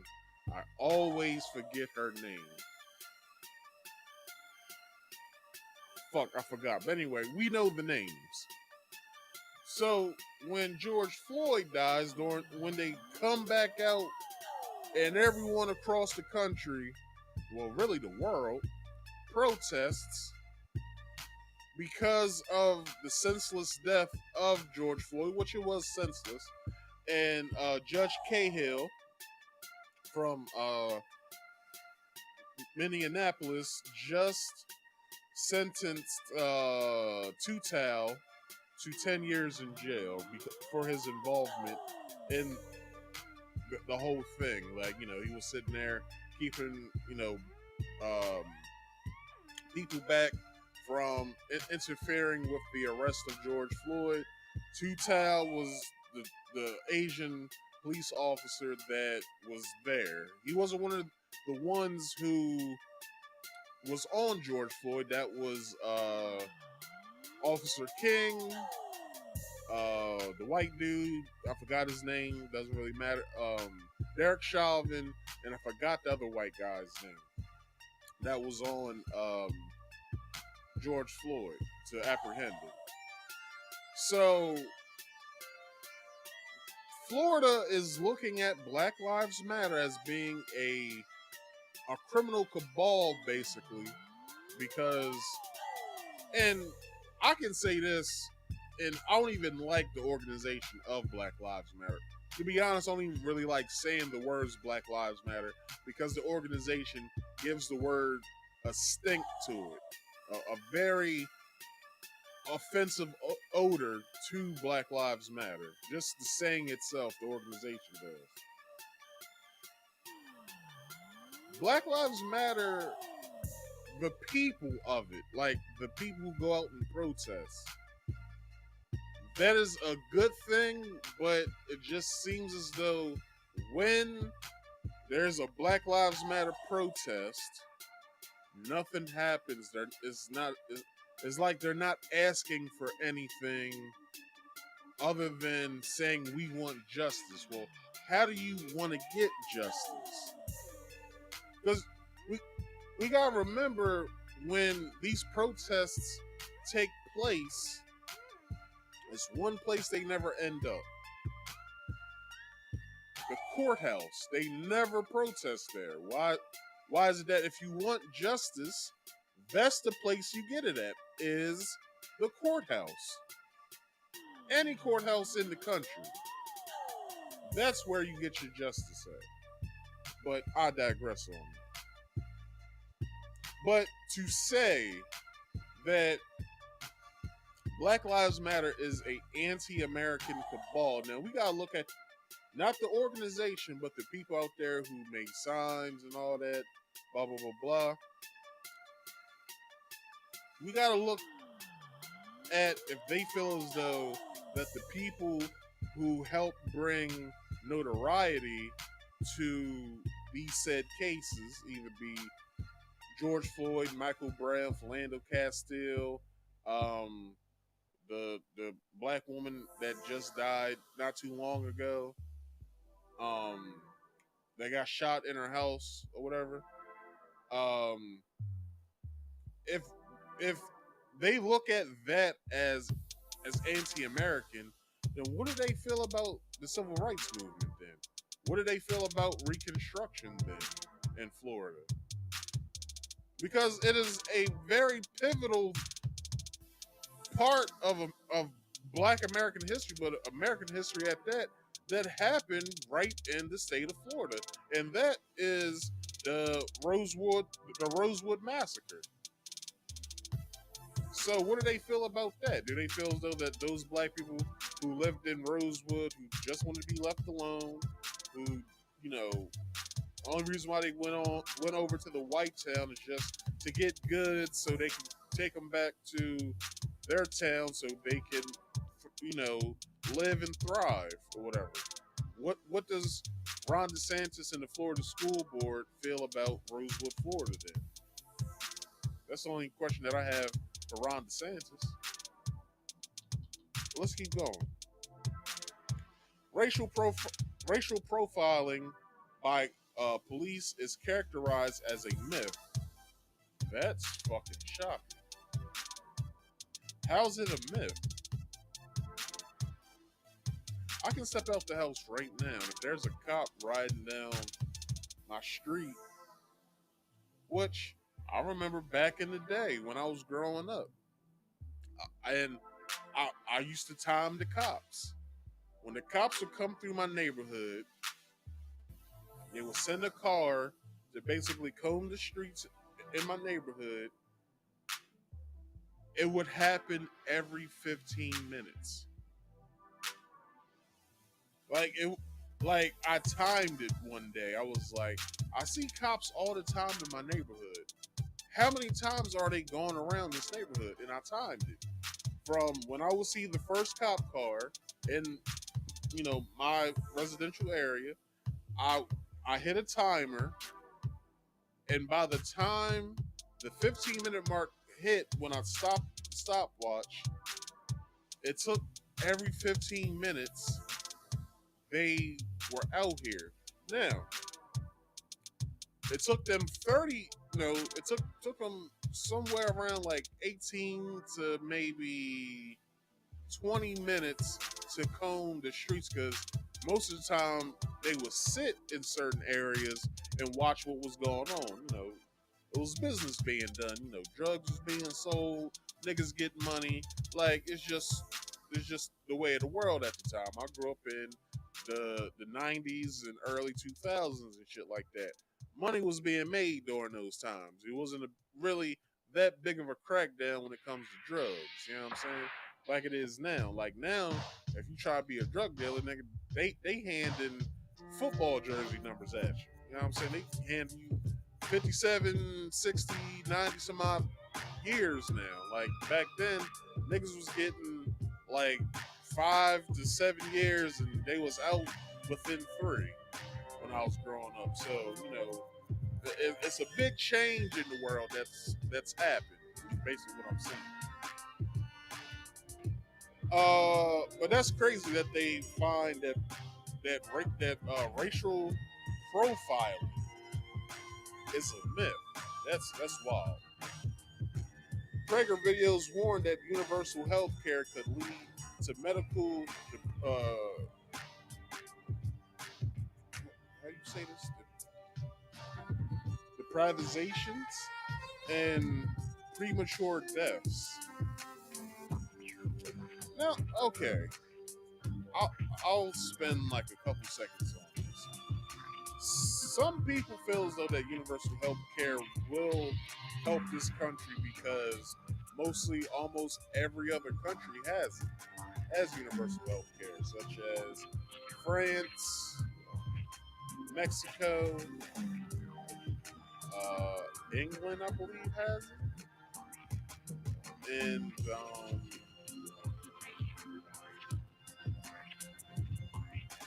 I believe almost every country has some sort of universal health care in their country, except for this country.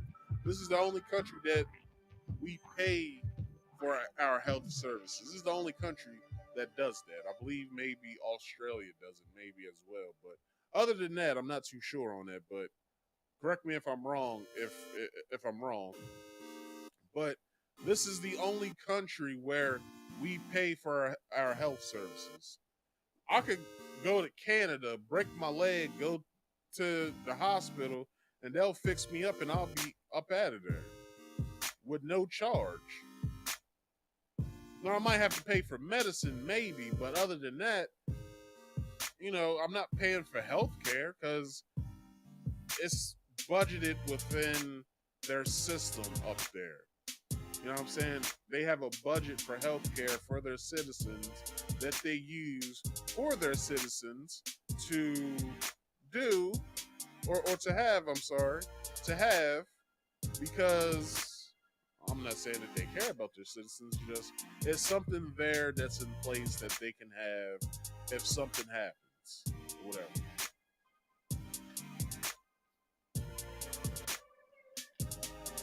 All right.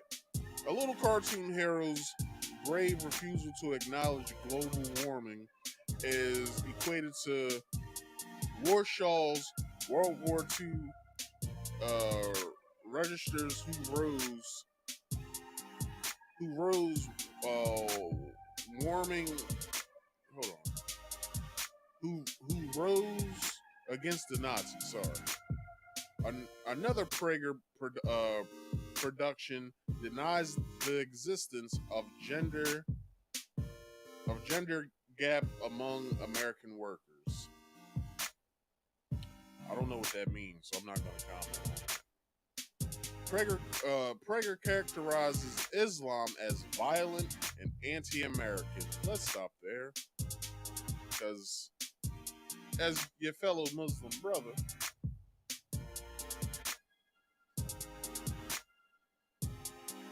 as your Muslim brother, no, it isn't. Islam is not a violent religion like Christianity is. Sorry. In Islam, we pride ourselves on peace, and it's a very peaceful religion.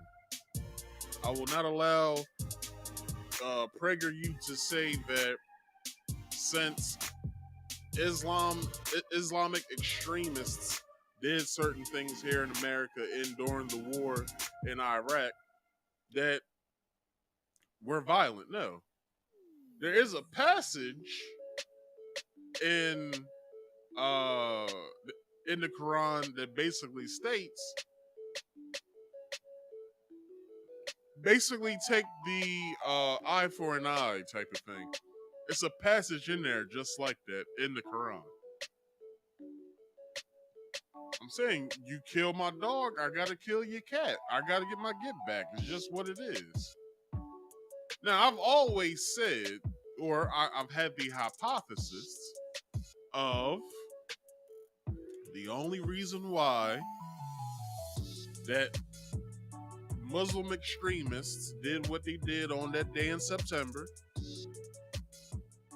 is because, number one, America trained the very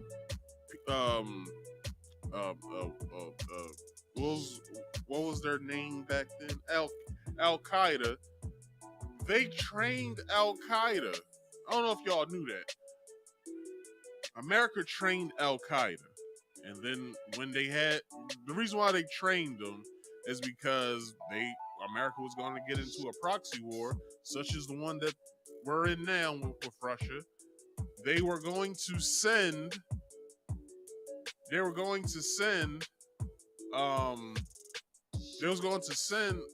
Al Qaeda to start a proxy war with Russia. Okay, cut to, we're here today, where we're at now. What's happening? Well, Russia had the hunch that Ukraine was going to ally themselves with NATO. They invaded Ukraine. Because Russia isn't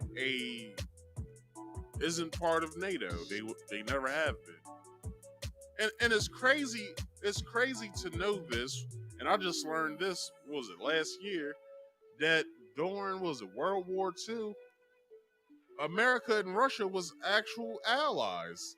Like, the shit's crazy. I did not know that until last year. So, it is what it is, I guess. So,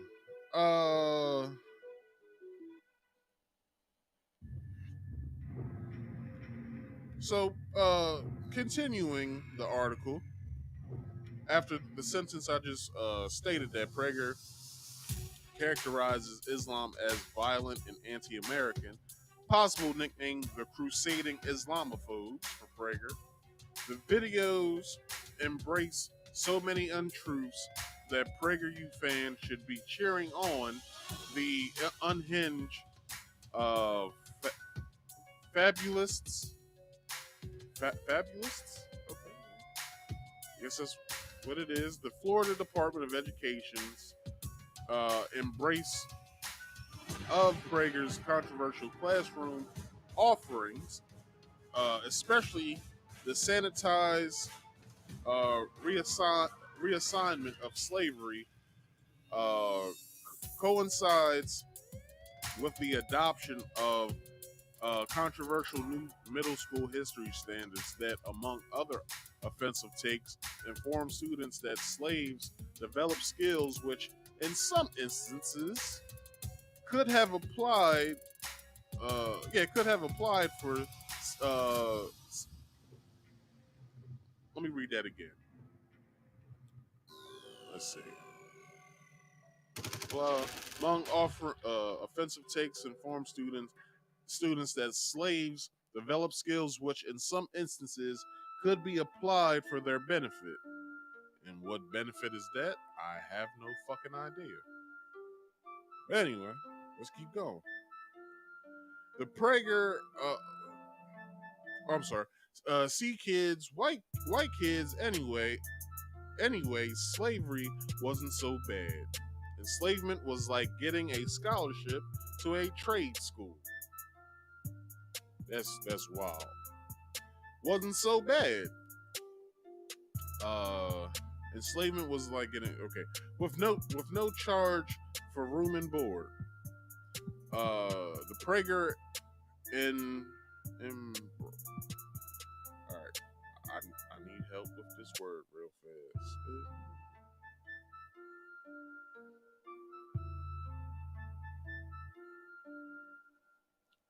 I just lost my place. Jesus Christ. Okay, here I go.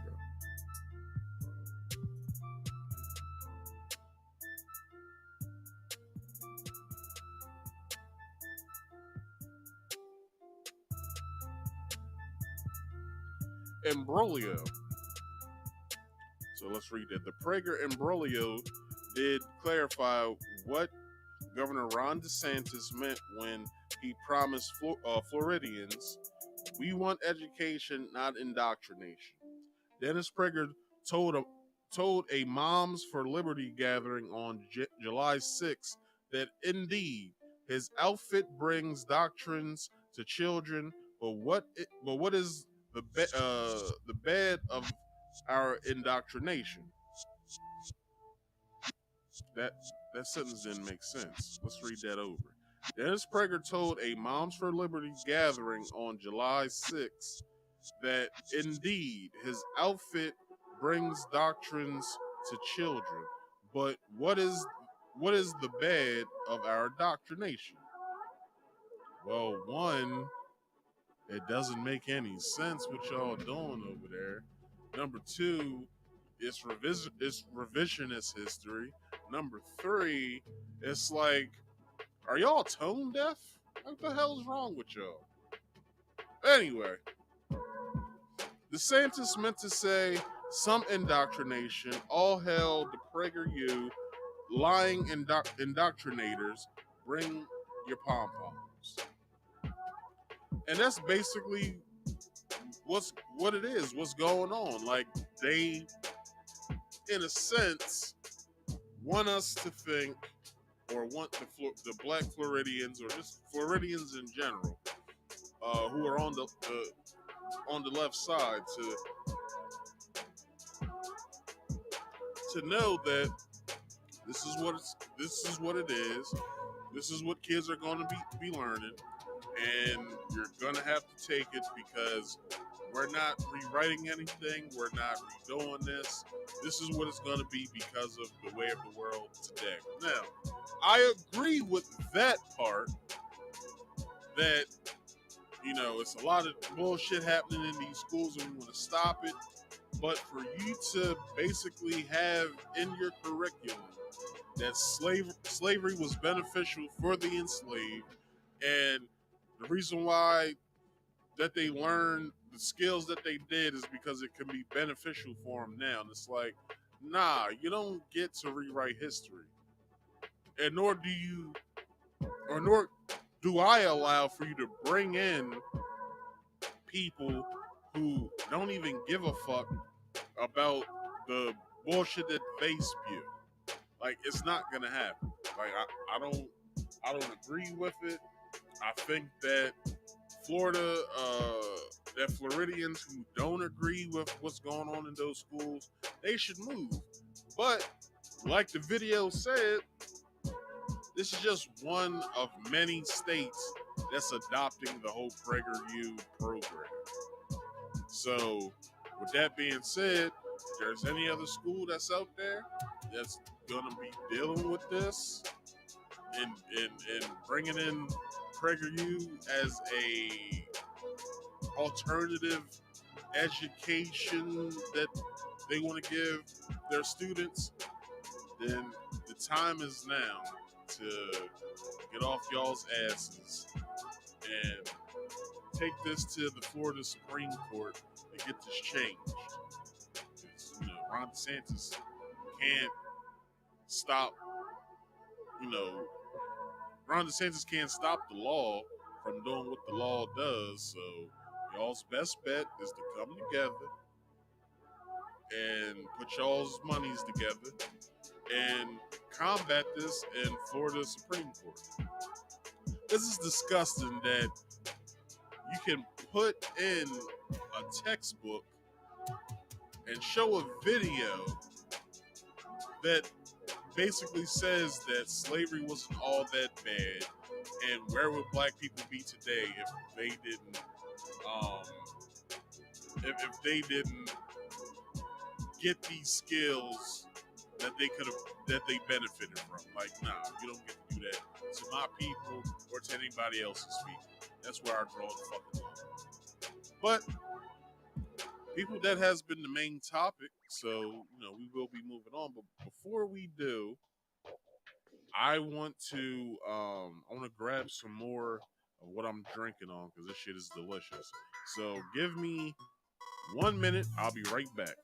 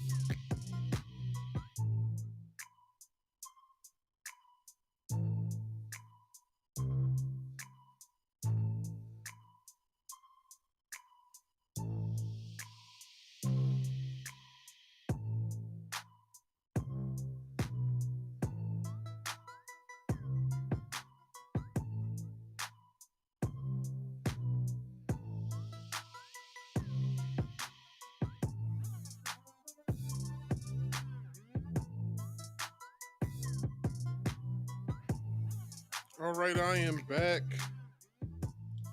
So, people, we are about to enter our random topics portion of tonight. And the random topics overview tonight is government is buying your data with your own tax money or tax dollars. All right. And Neyo sets the record straight on minor sex transitions. All right, so let's get into it.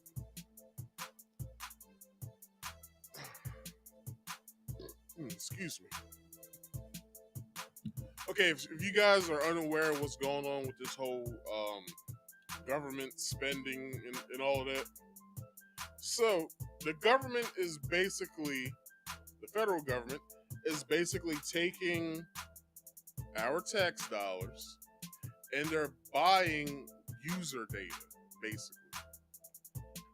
And that user data that they are buying is like stuff from like location data. I'm not sure if they're doing it with social media, but basically, location data, I guess anything from our phones. I guess they're getting all that data and they're using it, I guess, to, I'm not sure, but I know who does know. This clip I'm about to show, so let's play this clip and then let's dive into the article. A report from the Office of the Director of National Intelligence reveals the federal government is buying your data from data brokers. Most of it is sold by vendors claiming the data is anonymous. But experts argue in today's digital world, it is easy to reveal personal information. Some of the information being collected includes geolocation, your web browsing and consumer habits, and demographic information. Joining us now from Washington is Josh School. He is the president of Bowwave LLC and the former FBI executive assistant director of the intelligence branch. So just the person for us to be talking to right now. So Josh, tell us why the federal government's buying data from these data brokers. How is it using this against its own citizens? Well, first of all, today is a data world, and they're buying data to understand the vast amount of threats that are impacting the United States and its citizens. So it is using this responsibly.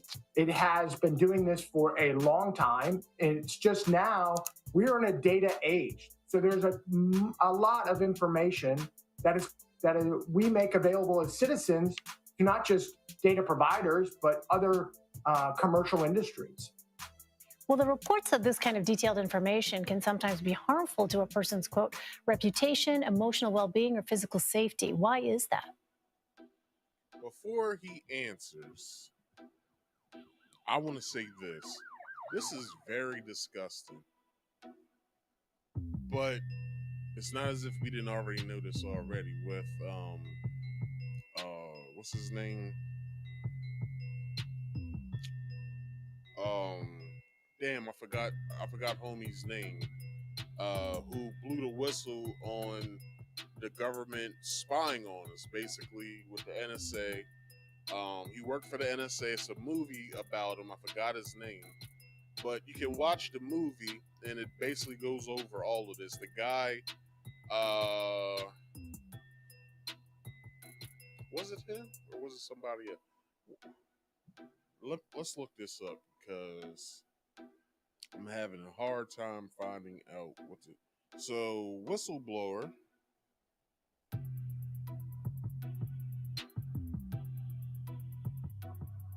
Who showed the U.S. intelligence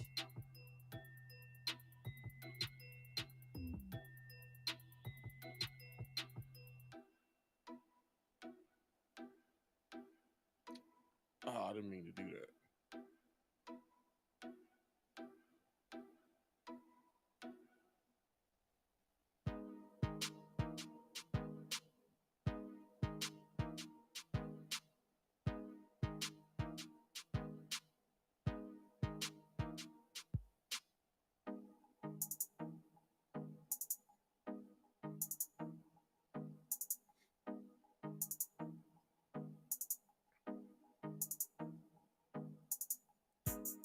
What is dude's name? What is it?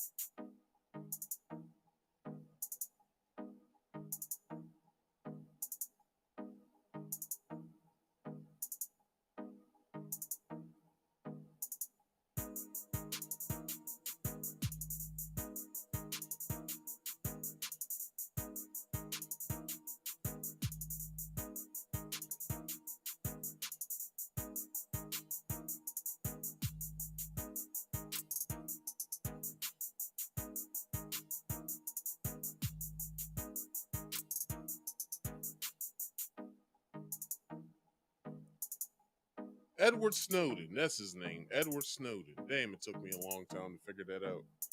Edward Snowden told us back in the the mid, if not late 2000s, that the U.S. government, by way of the NSA, have been spying on us, right? So every phone call, every text message, whatever that you send, every email, anything when it comes to communications, right? Basically, we know that whatever tab that we're on, our phone pings from that. That's what gives us our I'm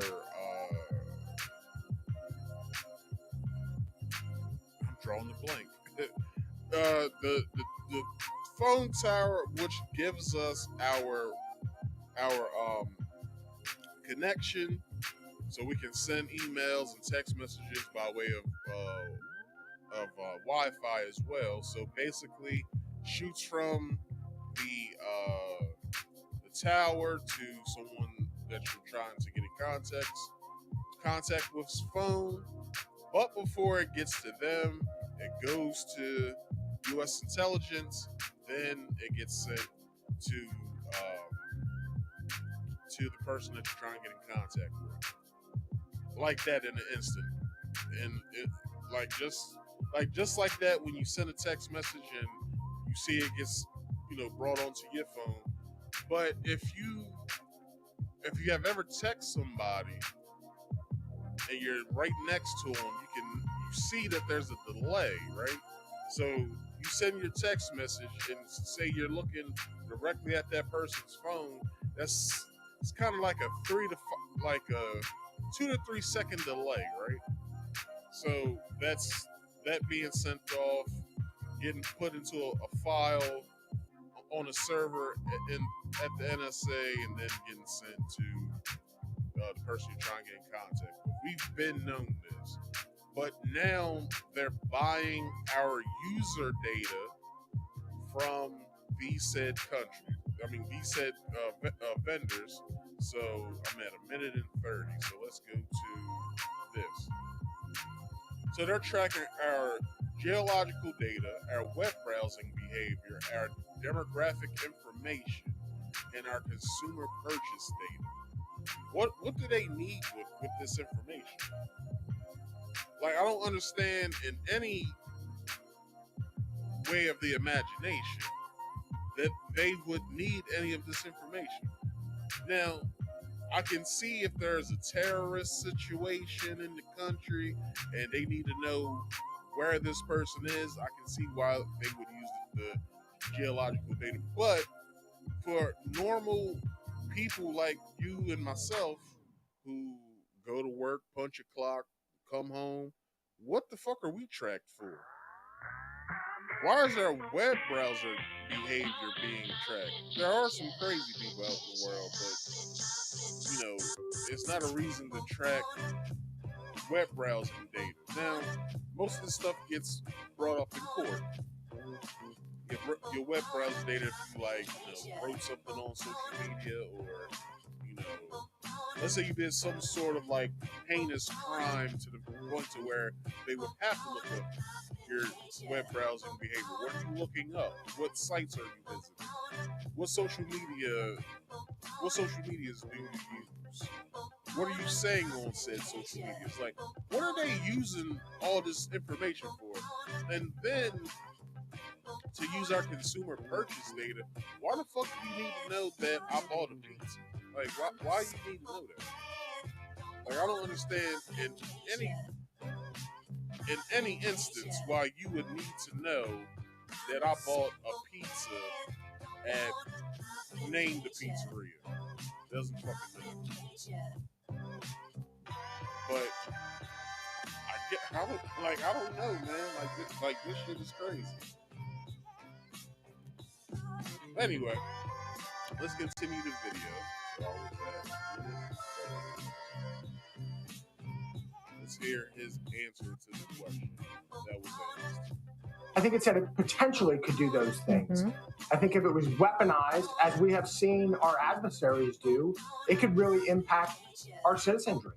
And while we have to be concerned about what the U.S. government is doing and how it is using that data and what it is using it for, as alarming is what is Russia and China and Iran doing with that data to attack our citizens. So it sounds like you're saying, Josh, that our government is doing this, but the bigger threat is potentially some of the other governments that could also have access to this information. However, whoever that lady is, kudos to her. She deserves a DJ. Damn, son, where'd you find this? Now, good question or statement that you posed. Not only are they, gathering this data, but who's to say that any other country isn't using this data as well?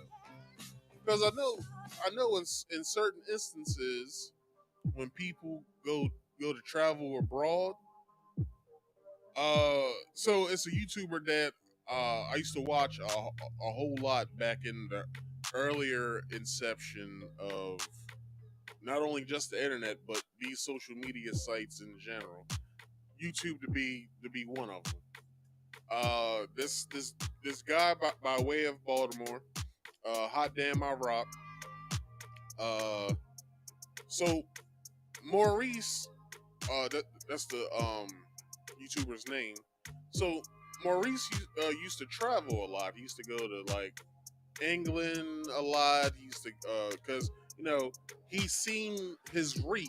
Like he's seen that I have not only fans here in America, I also have fans abroad. So let me go and visit my fans over in said countries. So when he said he went to, I forgot where he said he went to. Where he went to, I don't know if it was like the Netherlands or whatever, but he got picked out of the line, and he got placed into a room when he was trying to catch his flight. No, he said he had just got there. He had just got to, I believe it was England. He said he had just got there. He got picked out of the crowd, got put into an interrogation area, and they basically sat him down and asked him a whole bunch of questions of what he was doing there and all that, because I guess I don't know if they run like facial scans. They probably do at airports now, but I don't know if they ran a facial scan and he like came up and they pulled him out. But he said he was in that interrogation room for I think he said 5 hours. He was in that interrogation room, and they wouldn't tell him why he was there. So just think of it. Just think about what other allied countries are using this said data. It's like the world has gone mad. That's all I have to say. Bruh. I'm just saying, the world has gone mad. Like it's just crazy out here. Anyway, let's continue. Oregon Senator Ron Wyden called for new legislation following the release of this report to try and restrict the U.S. government from buying our personal data. Do you agree with that, or do you think that, given your position, that this is going to happen? So it's kind of like the animals have already left the barn. I don't think we should resolve ourselves that there shouldn't be additional policies or oversight or reviews done by Congress and others. But I also don't want people to think that these reviews aren't constantly underway and that the government is just willy-nilly collecting data and using that in any manner it chooses. There are strict oversight proceedings. There are strict policies in place. Should they constantly be reviewed? Yes. But as concerning are the other threats posed by nation states, and we've seen that. We saw ISIS weaponize Twitter. We saw disinformation campaigns done by Russia and China. And now, of course, we have this recent significant breach of data across the United States where more information is going. So I don't think it's an either or, I think it's both. And Josh, just one more question for you. I mean, is there anything, if someone is concerned about this and not giving over consent, it's one thing to kind of agree to terms of agreement when you are signing up with, some app that you want to use. Of which we don't. I would probably say in a percentile, I would probably say maybe 2.6% of Americans, if not anybody in the world, reads those terms of service. I'm guilty of not reading those terms of service. Like, there's terms of service in damn near anything electronic that you use, even video games.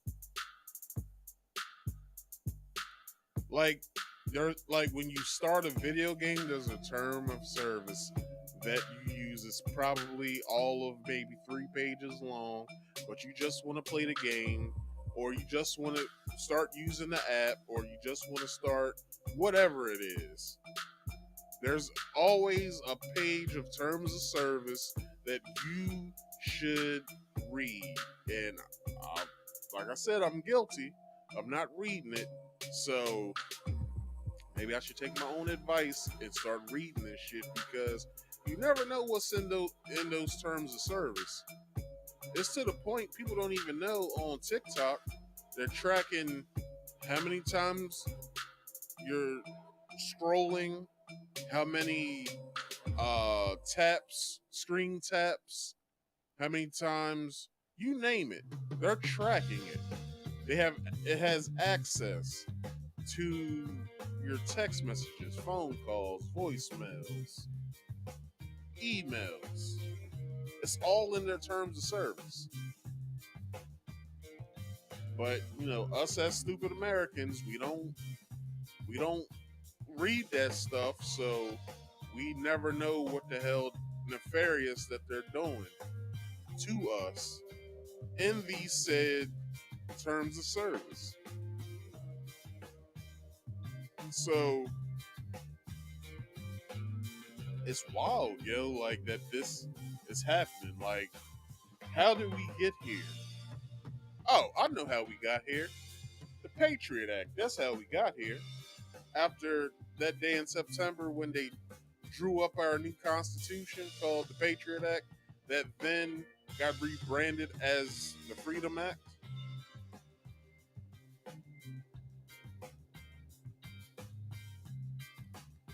Like, we did this. As Americans, we did this. It's only getting worse. I've said a lot of things on this show that isn't really getting the notoriety that it should. I don't even have the traction that I should. I should have thousands of subscribers by now, but I like to tell the truth. That stifles my visibility. I don't know if I'm shadow banned or not, but it stifles my visibility to who I can get reach to, and it's unfortunate that I'm sitting here talking to most of the time 3, 4, maybe 5 people or whatever. People pop in and out. What's up? What's going on? Then when I go to track and see if they're still watching here on the YouTube studio, I see that 2 of them left, 3 of them left, 1 of them left, 2 are still engaged, maybe 3, and it's like this shit is crazy, man. Like, that I'm not getting the traction that I should, because I'm actually giving good information. I'll watch my mouth sometimes. I cuss most of the time, but you know, I follow YouTube's TOS, their rules, and you know, I make sure that I don't step on anybody's toes. So I don't know, but it is crazy that the United States is tracking their citizens by way of geological location, purchase data. Like, what the fuck? So they need to know that every Friday night, which this isn't true, I don't do this, I cook for myself. But the US government needs to know that I order a pizza every Friday. Why do they need to know that? Maybe I don't feel like cooking, which I do. I do cook for myself. I cook for myself all the time. I meal prep for the week for work, and then the weekend is basically another meal prep that I do. But you know, I cook for myself all the time, so it's like I rarely order out. You know what I'm saying? Like I go grocery shopping twice a month, so it's like, what? Why do they need to know that for? Like, why do they need to know what gas station I'm going to get my gas? Shout out to Rofo. But anyway, it's like, why do y'all need to know that? It's weird. But anyway, let's keep going.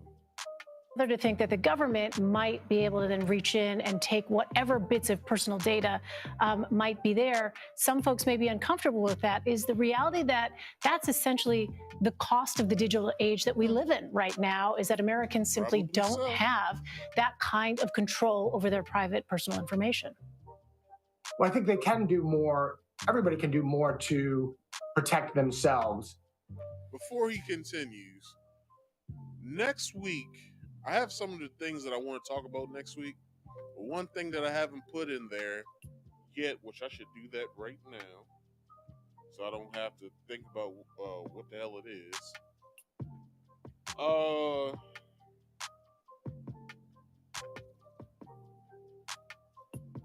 Let me write it first.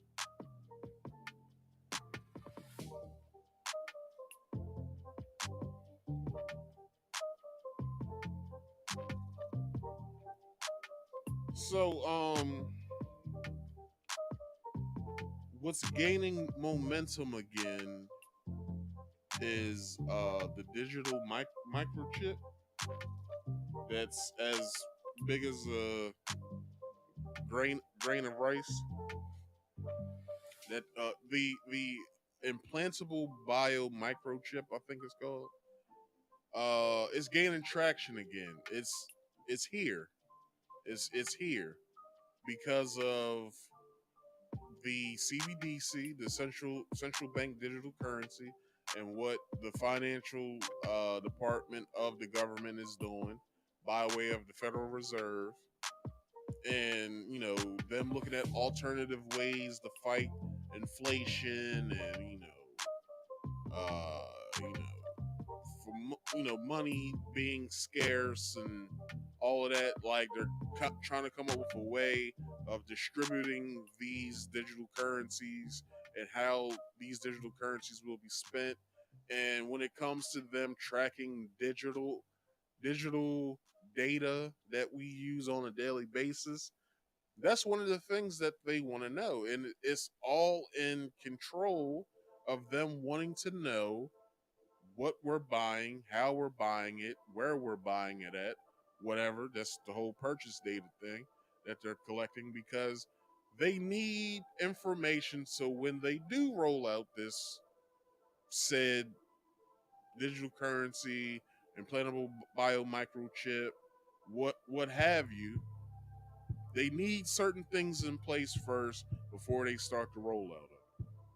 That's all. Now it's gaining momentum. I believe it was a video that was, which I'll show next week. So it was a fire department. They was offering this implantable bio microchip, and now when since they have it, when they're in their break room, they can just scan their hand or just wave their hand over this, whatever, and they can buy a bag of chips out the vending machine or a soda out the soda machine or whatever without even breaking out a card, your phone, or whatever. The thing is, they get us, the government or these big tech companies get us used to using certain aspects of their software, such as like Apple Pay or Google Pay, or we have PayPal and Cash App and stuff like that. Like they get us used to this stuff to where when it something like that, like an implantable bio microchip or a CBDC or whatever, like you gotta look at it.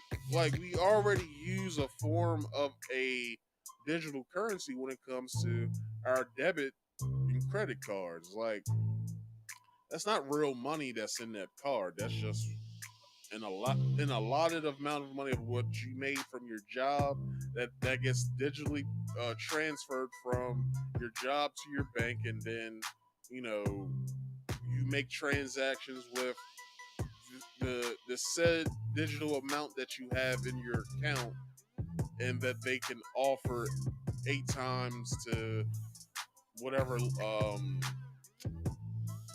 lendee that they want to give a loan to. So it's like they're setting us up for this already. It's been in the works. It's just we're not looking at it that way. We just look at it as, oh, this is a new way to do something. Like I don't have to use my debit cards anymore. I can just use my phone, or I don't have to go to my bank to transfer money into your account. I can just send it to you through PayPal, Venmo, Cash App, or the new Federal Reserve Cash App, FedNow, of which our banks have already signed us up for. We had no say in the matter for it. So it's like, hey, where is it that we can combat this stuff? Like, who's going to be the person to set the torch on fire and be like, you know what? We're going to sue the federal government for this because we didn't ask for any of this. So, it's just something to think about. All right, so let's finish this video off. Let's read the article, and then we'll get into our next topic of the night. First of all, I don't always read fully the terms of agreement in an application I want. And you're sacrificing ease in some of those regards for giving up data. So I don't think we should just resolve ourselves to the government just is going to get it or third-party providers are just going to have it. There are some steps you can take. You can clear out your cookies. You can get a virtual private network. And you can ensure that you're not just signing up for things that you don't want your data out there. Mm-hmm. Yeah, clearly the onus seems to be on the individual in this case. Josh School, Josh, thanks so much for... All right. So, how about we get into this article? Because this shit is crazy. So, I got this article from TechCrunch. And like all of my titles that I break down just so I can get to the article, you can see the full title in the description box. You can copy it, go to Google, and read the article yourself as well. So, a newly declassified government report confirms for the first time that U.S. intelligence and spy agencies purchase vast amounts of commercially available information on Americans, including data from connected vehicles, web browser data, and smartphones. By the U.S. government's admission, the data it purchases clearly provides intelligence value, but also raises significant issues related to privacy and civil liberties, which we can thank our parents and our grandparents back in 2002 for that. they all opted into the Patriot Act. It's not our fault, but just saying. The Office of the Director of National Intelligence, the ODNI, declassified and released the January 22 dated report on Friday following a request by Senator Ron Wyden, Democrat senator from Oregon, or Oregon, however you want to say it, to disclose how the intelligence community uses commercially available data. This kind of data is generated from internet-connected devices and made available by data brokers for purchase, such as phone apps and vehicles that collect granular location data and web browsing data that tracks users as they browse the internet. The declassified report is the U.S. government's first public disclosure revealing the risks associated with commercially available data of Americans that can be readily purchased by anyone, including advertisers and hostile nations. Now let's stop there. Now we've been known that you know, when it comes to using certain apps that were being tracked. Now, one will make the argument, right? One will make the argument that when we use said smartphones to get on either Facebook, Instagram, or whatever app you use, TikTok, whatever, right? That there's a terms of service that is shown before entering the app and before we make our profiles and start tweeting or start making Facebook posts or Instagram posts or whatever. There's a terms of service that we have to read. So then when we start using the app, we start generating data. So that data then sits on a shelf for a little while in a server. You know, we have, which I like when Professor Griff said this. If you look at basically the Meta company within itself, the two popular apps, Facebook and Instagram. Well, if you take the FB and then the FB from Facebook and then the I and Instagram, you get FBI. And then with the FBI, you know, what is the FBI? Well, the FBI is a U.S. intelligence law enforcement agency that basically, you know, if there's anything in the world as far as like kidnappings and terrorist attacks and you name it, they then have this information that they can go off and use to you know, either bring the person who was kidnapped home or, you know, infiltrate or create an operation where they can go in and either kill these said terrorists or whatever. You know, it's good. There's good parts for this, but there's also the looming dark cloud of the bad shit that they do with this stuff. And we don't really sit here and think about that when we accept these terms of services, but who are we to blame other than ourselves? We can only look at it like when these apps come out, when these apps come out, when we sign up for these apps, when we use these apps, how much information are we giving these said apps? Because damn near on every social media app, it has you give your name, your location, your birthday, you name it, interests, all that. You're giving all of who you are to these apps. I don't. when I was stupid in my 20s, I did, but I don't now. Like, I'm rarely even on social media. The only time, and I've said this before on here, the only time that I'm on social media is when I'm doing like not an upload, but telling people what time my show comes on, and I'm basically doing it by way of scheduled posts. Like, I'm never on social media like that. Like, I might go on Twitter, see what's trending, whatever trending topic like catches my eye, I'll go into it and read either an article from there if there's an articles readily available to read, or what people are saying about the said trending topic. Like, other than or X now, not Twitter, but let's say X.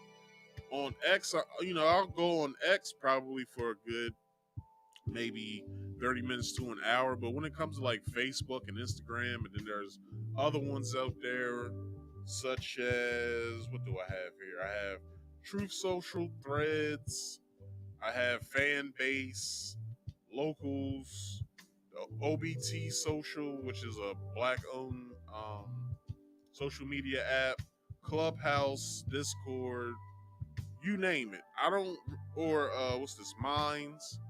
Like, I don't go on half of this stuff. Like, I don't go on half of those social medias that I use. I hardly ever go on there unless I'm scheduling a post to let people know when I'm going live. That's it. Or when I'm posting a video. Other than that, I'm on Twitter for probably within a day. When I'm at work, if I'm on Twitter, I only get 2 20-minute breaks and a 30-minute break. So I'm on Twitter for that whole time. Sometimes, what I'm saying, while listening to a YouTube video that I have saved in a playlist. Other than that, like, that's like probably 200 some odd hours that I'm on social media a week, which isn't bad, but it's still bad, in a way. You know what I'm saying? But let's continue this article. The United States does not have a privacy or data protection law governing the sharing or selling of Americans' private information, such as when you get ads of things that you talked about with a friend, and you don't know why you're getting this ad now. Once after you talked about it, this is why. Because ad agencies are buying this data. Because you gotta remember, with these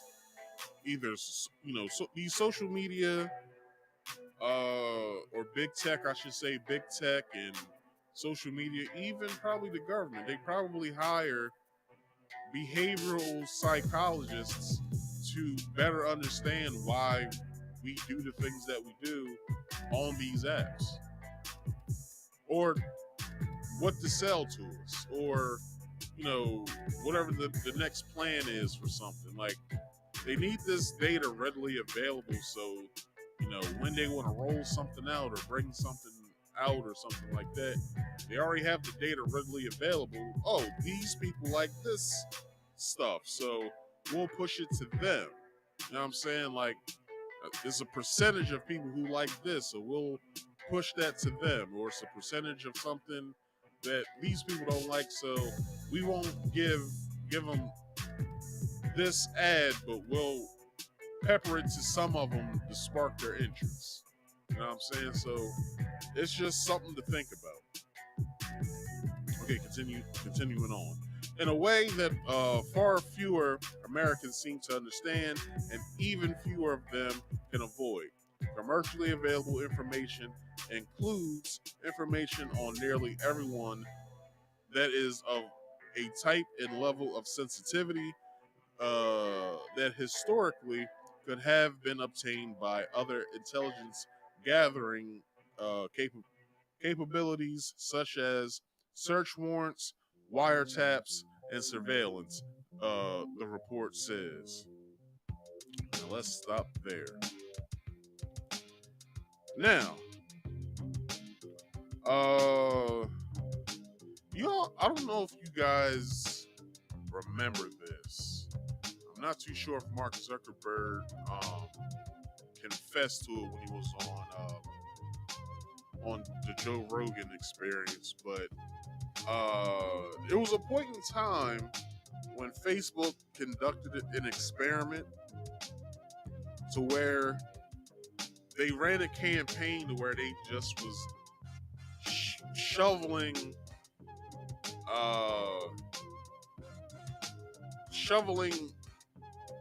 like bad content to people, like content that would make people like depressed and shit. They did this, I think, for like a year or two, maybe, if not 2 years. And they basically was gathering data from that, like, well, you know, what does this mean when it comes if we do this, right? They basically was trying to figure out some data on if how does one react when seeing a post like this. And they got their data. They found out what they needed to know, and you know, and it all was guided with a behavioral psychologist. So, or a behavioral psychologist was consulting them along the way of their experiment. So, it's just something to sit there and chew on and think about and be like, damn, I did not know that. But if you guys do remember that time when they were just feeding us all like fucked up material during that time, like, it's crazy. I think they conducted that. I want to say they did that around like, I want to say between 2014 to 2015. I want to say they did that. I remember it, and you know, when I used to be on social media a lot, I remember seeing like a shift in the content I was seeing. I was like, why are they always showing me shit like this? Like, you know what I'm saying? Like, you have to be very mindful of what you do on social media. You really do. You have to be mindful of what you're looking at. You gotta be mindful of how long you're on there. You gotta be mindful of what you are allowing yourself to consume. Because people got depressed. Some people unalived themselves from the stuff that they were looking at. But then, you know, it was a college professor on Joe Rogan's podcast. He frequents the podcast every so often, but he basically made a study. He did a study, and it was a graph to go along with that study. And the study of what he conducted was, how does the use of social media, how does the use of social media amongst age groups, how does it affect one's emotions, their feelings, and their thought process, right? So, in part of the graph, it was how many deaths and suicides were there by way of social media use. And the numbers was skyrocketed amongst young girls between the ages of 9 to, I believe it was 14. Like, young girls were unaliving themselves because of what they were consuming and what they were looking at and what they were participating in when it comes to their social media use. And it was, the numbers were damning. Like, it was like, Jesus, like, what the fuck? But then when you look at the opposite graph of their male counterparts, the numbers weren't that high. until when you got when it came, like, if we was looking at this on a scale amongst men and women's social media use, the men's were down here, but the women's was way up here. I'm saying women's. The woman's like numbers were like this high amongst the men. Like the men were like just here when it comes to various ages between, I think it was like ages 9 to like maybe 35, if not 40. He did the study for, and like when you see that graph, it was like when you look at like the graph amongst the females, when it comes to like their emotional states and stuff like that, like the numbers are very high, and it's like, well, we know when it comes to the data, when it comes to social media use, there are far more women users than there are men, because I believe there are far more women in the world than there is. There are far more, women in the world than there are men.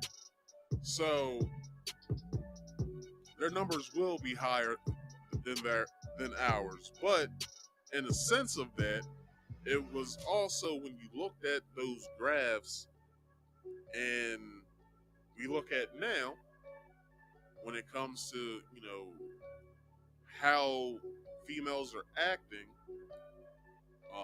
in the world, it all stems from social media. That's all we have to blame on these shifts in attitude with women, shifts in their personal beliefs of themselves and how they view themselves, their thought processes when it comes to like relationships and stuff, all stems from social media. And then you have to look at social media as, well, is social media a experiment on humans? Is social media a human experiment? And why are there so many social media apps for us to download? What is each social media company studying? Like, what areas of whatever that they're studying, and what is the data that they're collecting on it? You know what I'm saying? So continuing on, in a statement following the report's publication, Wyden said, "This review shows the government's existing policies have failed to provide essential safeguards for Americans' privacy or oversight of how agencies buy and use personal data." According to the report, the ODNI does not even know which federal intelligence agencies are buying Americans' data, Wyden says. Could be any of them, to be honest. Could be the damn military for all we know. The report corroborates a stream of media reports that found U.S. government agencies were buying huge data sets on Americans. The IRS bought access to a huge database storing the location data of millions of Americans' phones to try to catch tax cheats, while similar phone location data was used by Homeland Security for immigration enforcement. Government agencies must typically secure a court-approved warrant to obtain Americans' private data directly from a phone or tech company, such as a private messages. But the ODNI's report states that in the case where Americans' information, like location data, is openly for sale to the general public, U.S. intelligence agencies can purchase it, though this theory has yet to be scrutinized in federal court. Ain't that wild? Anyway, although this data is generally sold in bulk, often millions of data points at a time, on ODNI's report warns that commercially available data can be easily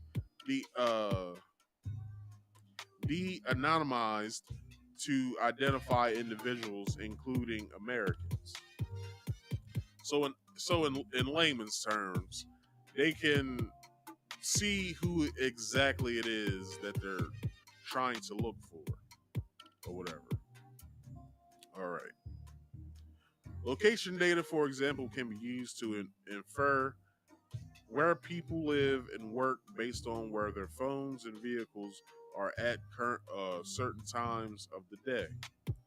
Commercially, commercially available information can also reveal the detailed movements in associations of individuals and groups, revealing political, religious, travel, and speech activities, the report says, such as being used to identify every person who attended a protest or rally based on their smartphone location or ad tracking records, of which this has came out.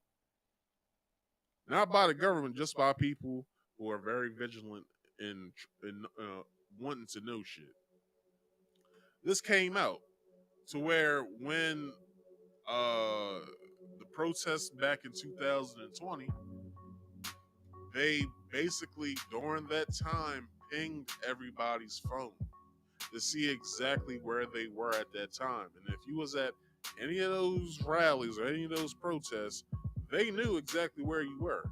They knew what time you arrived, how long you stayed, and when you left. And actually, you probably know by way of us not being able to take our batteries out of these phones. The batteries are encased in the phone now. So they probably knew by way of the microphone what we said and what we were doing. Well, those are just conspiracy theories, you know what I'm saying?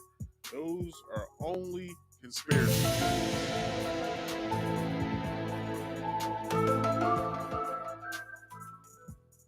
In the wrong hands, sensitive insights gained through commercially available information could facilitate blackmail, stalking, harassment, and public shaming, the report said. The report noted that in 2021, commercially available location data collected from a gay dating app, aka Grindr, was used to out about a Catholic priest who later resigned. The report also referred to collection and sale of location data from a Muslim prayer app to the U.S. military, of which I probably own that goddamn app, to be honest. I'll tell you exactly what the app is called in just a second. Where is it at? It is called Muslim Pro. Muslim Pro basically, let me give you a short rundown of what this app does. So basically it gives you the point in times of when prayer is, gives you some insight, some news that you can look over. They give you the exact times of day that you pray. Also, with your notifications, it gives you a notification of the call to what's it called? The call to prayer, basically. I'll try and get the actual word in there, but the call to prayer sends you a call to prayer notification to where you can get yourself situated so you can pray and stuff like that. Has the Quran in here. You can look at various scriptures or whatever, and it just gives you just like a to-do list, and what's the daily verse of the day is, or how you can be a better Muslim, basically. That's all it is. I like going on there just so I can know what times I'm supposed to pray, and looking up some information on how to be a better Muslim. That's all. But who's to say that they're not using that data or what they just added of trying to find, like I said earlier, terrorist organizations. So it's it's a terrorist, or there's several terrorist organizations on the Democratic side that they seem not to look at. You know what I'm saying? So they just push that shit underneath the rug as if nothing's going on over there on that side. But, you know, I digress off that as well. Wyden called for Congress to pass legislation to put guardrails around government purchases to rein in private companies that collect and sell this data and keep Americans' personal information out of the hands of our adversaries. You know how y'all do that, people? A VPN, a virtual personal network. I have one right now. I've been using it for, I can't remember when I purchased this damn thing. But I'm glad that I did, because for the simple fact that if you don't have one and you just on any device that you have all willy-nilly, you crazy. You crazy to me. My VPN is used everywhere. Phone, computer. It's not on my consoles at all, but when I can find out a way to do that, just know that they're being placed on there.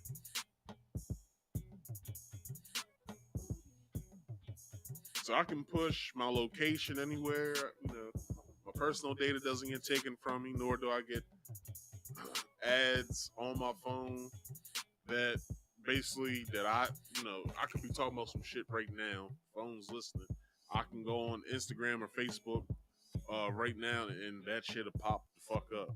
Or I can go to Amazon and it'll be on my front page. Like, how's this possible? Who knows?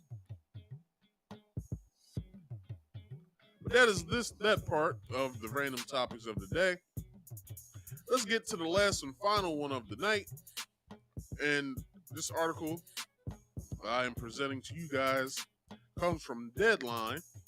And it says, recording artist Neyo speaks out on gender issues. So if you guys have been underneath of a rock this past week, singer Neyo, or I should say singer and actor Neyo, R&B writer, producer, artist, and actor Neyo was on a podcast in the network he was on. As y'all can see in the picture, he was on Vlad TV. I despise Vlad TV.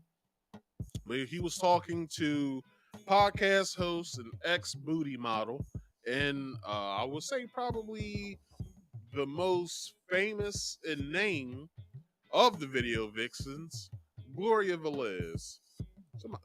You know what? I'll give it to Gloria Velez.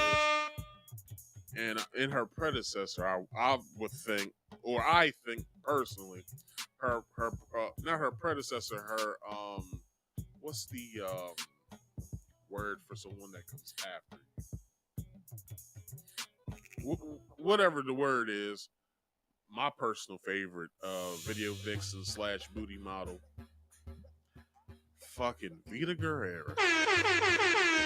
This is a certified hood classic. Goddamn right. That woman is sexy as shit. Anyway, let's keep going. So, he got backlash over the week because he decided to speak on a certain topic that could basically get him canceled in the industry that he works in. But it's no reason for me to hold this. Let's see exactly what he said. Amen to this. Parents have almost forgotten what the role of a parent is. Amen. It's like, okay, Lost control. If your little boy comes to you and says, "Daddy, I want to be a girl," and you just let him rock with that, you just let him. Right. He's 5. Right. And where did he get that If from? you let this 5-year-old boy decide to eat candy all day, he's going to do that. Exactly. Like, when did it become a good idea to let a 5-year-old, let a 6-year-old, let a 12-year-old make a life-changing decision for themselves? Right. When did that happen? Right. Like, I don't understand that. I don't get that. And to medicate these young kids that are 5, 6, growing up and knowing that it affects their brain, it affects their organs, it makes them sick, but they're not allowed to do drugs, they're not allowed to do alcohol. Right. But we can medicate He them can't up. drive a car yet, but he can decide his sex. Right. Oh, right. What sexual orientation? Which is crazy to me, because it's not just, hold on. So California, which Neyo will bring up, I'm going to bring up before he does, they have it in place in their laws to where a minor can get gender affirming care without the consent of the parent, right? In DC, Washington DC, a minor can, I think the same thing in DC, but there's also another thing in there to where a minor can, a doctor can tell a minor whatever information that they're giving the minor that that the parent isn't allowed to know any of this information. This is where we're at in America right now. We're being laughed at by several countries out there that look at us as weak. This shit is wild, yo. But, you know, this is the way of the world now. Or let's just say NATO countries. Let's keep going. And he can cut up his pee-pee, and that, to me, that makes no sense whatsoever. And I don't know if this is true, but I heard a rumor that they either passed or are trying to pass a law in LA that states if your child comes to you and asks to do some of these things and you say no, they can take your kid from you. Yeah, that's true. Just passed in California. That makes no sense. They want us to have no control over our children. I don't get it. In schools, I don't get it. Hospitals, libraries. Yeah. They just want to manipulate. You got to understand, when they're so young and they're already, that's impressionable. That's right. Mm-hmm. And from them, they're going to believe what you say. I mean, we say Santa Claus is real. You know, the Easter Bunny. Believe it. Like, right, exactly. Like, you gotta they know what they're doing. Remember who you're dealing with. Like, I can't take credit for it, but it's even to the fact where if they have these alternative learning materials, the kids never send home with it, nor does the parent know half of the time. So just think about that. That's scary within itself. Like, you don't know what the hell your child learned in school. But I'm saying it all depends on how you raise your kids. So if you have a good rapport with your kids, your kids respect you to the point to where if you ask, hey, what did you learn in school today? And they tell you, hey, you have a good child. But if you ask your child and they're on the opposite spectrum of it, you ask your child what they learned in school today and they say nothing, then you have an issue. Because also, some of these teachers are giving your child the wrong pronouns or telling them to accept new pronouns for themselves. So if he's a he and the teacher believes that your son should be a her, well, you'll never know. Until the child is so indoctrinated, which this is the part where I understand why Ron DeSantis is doing what he's doing in Florida, and certain other states are also following his lead. I also believe that people should be able to do whatever they want to do, but as long as you're 18 and older. That's all a lot of us who are consider themselves centrists, conservatives, right-leaning, ultra MAGA, super MAGA, you know what I'm saying, Omega MAGA, whatever the hell they see themselves as, all we ask, and this also came from Dwayne Wade's ex-wife, all she asked was, I don't have an issue with Zaya or Zion being who he wants to be. I just ask that we don't do this today. Wait until Zaya's 18 to go through all these drastic measures to make him into wherever he thinks that he is that day. I just ask that we wait until he's old enough to make his own decisions. At 14, 15, he's not old enough to make a decision for himself, and a life-altering decision at that. So you have to look at it like, well, hell, you gotta look at it the best way possible. This is a child. I shouldn't allow a child to tell me what they think they are. They're not old enough to know. Hell, they're not even old enough to clean up after themselves properly. So why am I looking to hear what a minor has to say about who they think that they are? You don't know yourself yet. Like, you're still navigating who the hell you are, and you're only 9 years old. But I feel like a girl. What does a girl feel like? Tell me.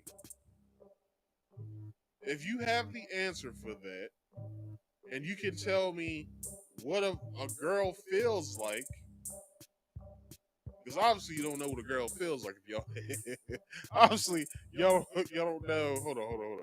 Obviously y'all don't know what a girl feels like if you never, if you never been with a woman before. Like, you don't know what a woman feels like. You don't know what a girl feels like, because you have yet to grow up and to do the things that you ain't supposed to do at your age. Bruh. Just saying. I'm saying we all was 14 and 15. We all snuck out the house. Come on, fellas. Ladies too. Y'all snuck out the house to see that boy that y'all wanted to see. Oh, hell no! We all did it. I remember this is the only time I snuck out was when I was in the 12th grade. So, I'll act like I was asleep around about 10:30. You know what I'm saying? And then I'll wait until my mom was asleep. I always knew when my mom was asleep because I didn't hear her moving around anymore. So I was like, okay, she's asleep. So from my phone, I would text my girlfriend, be like, hey, my mom's asleep. I'm about to head out. Make sure the door's unlocked. And I would sneak out, and I would be gone for probably like maybe 2 hours. You know what I'm saying? Because we was fucking. You know what I'm saying? We was fucking. Bruh. You know what I'm saying? All over her house. All over. Well, not all over her house. In the living room. We was in the living room at her house, and we was basically in my room because I had the basement at the time. So, I had full reign down here to do whatever the fuck I wanted to do. And one of the things that I wanted to do was her. Bruh. The same. So, with that being said, it's like, these boys and these girls basically saying, I feel like a boy, I feel like a girl. Well, what does a boy and what does a girl feel like? This is when you should start challenging your kids. Write me a 10-page report on what a girl feels like or what a boy feels like.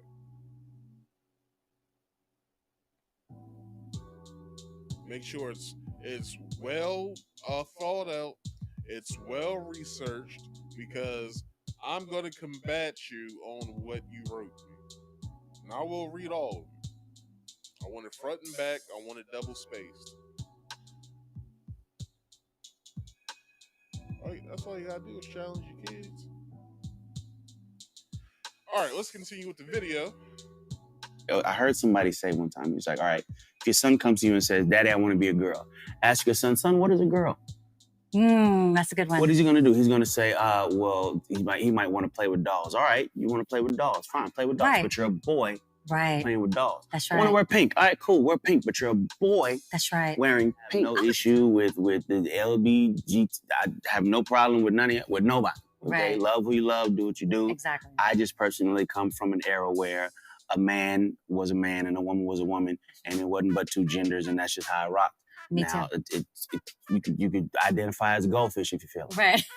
I don't care. That ain't my business.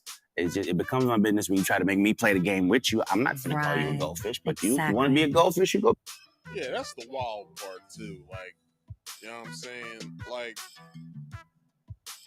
by all means, if you have any transgenders at your job, hey, do yourself a favor.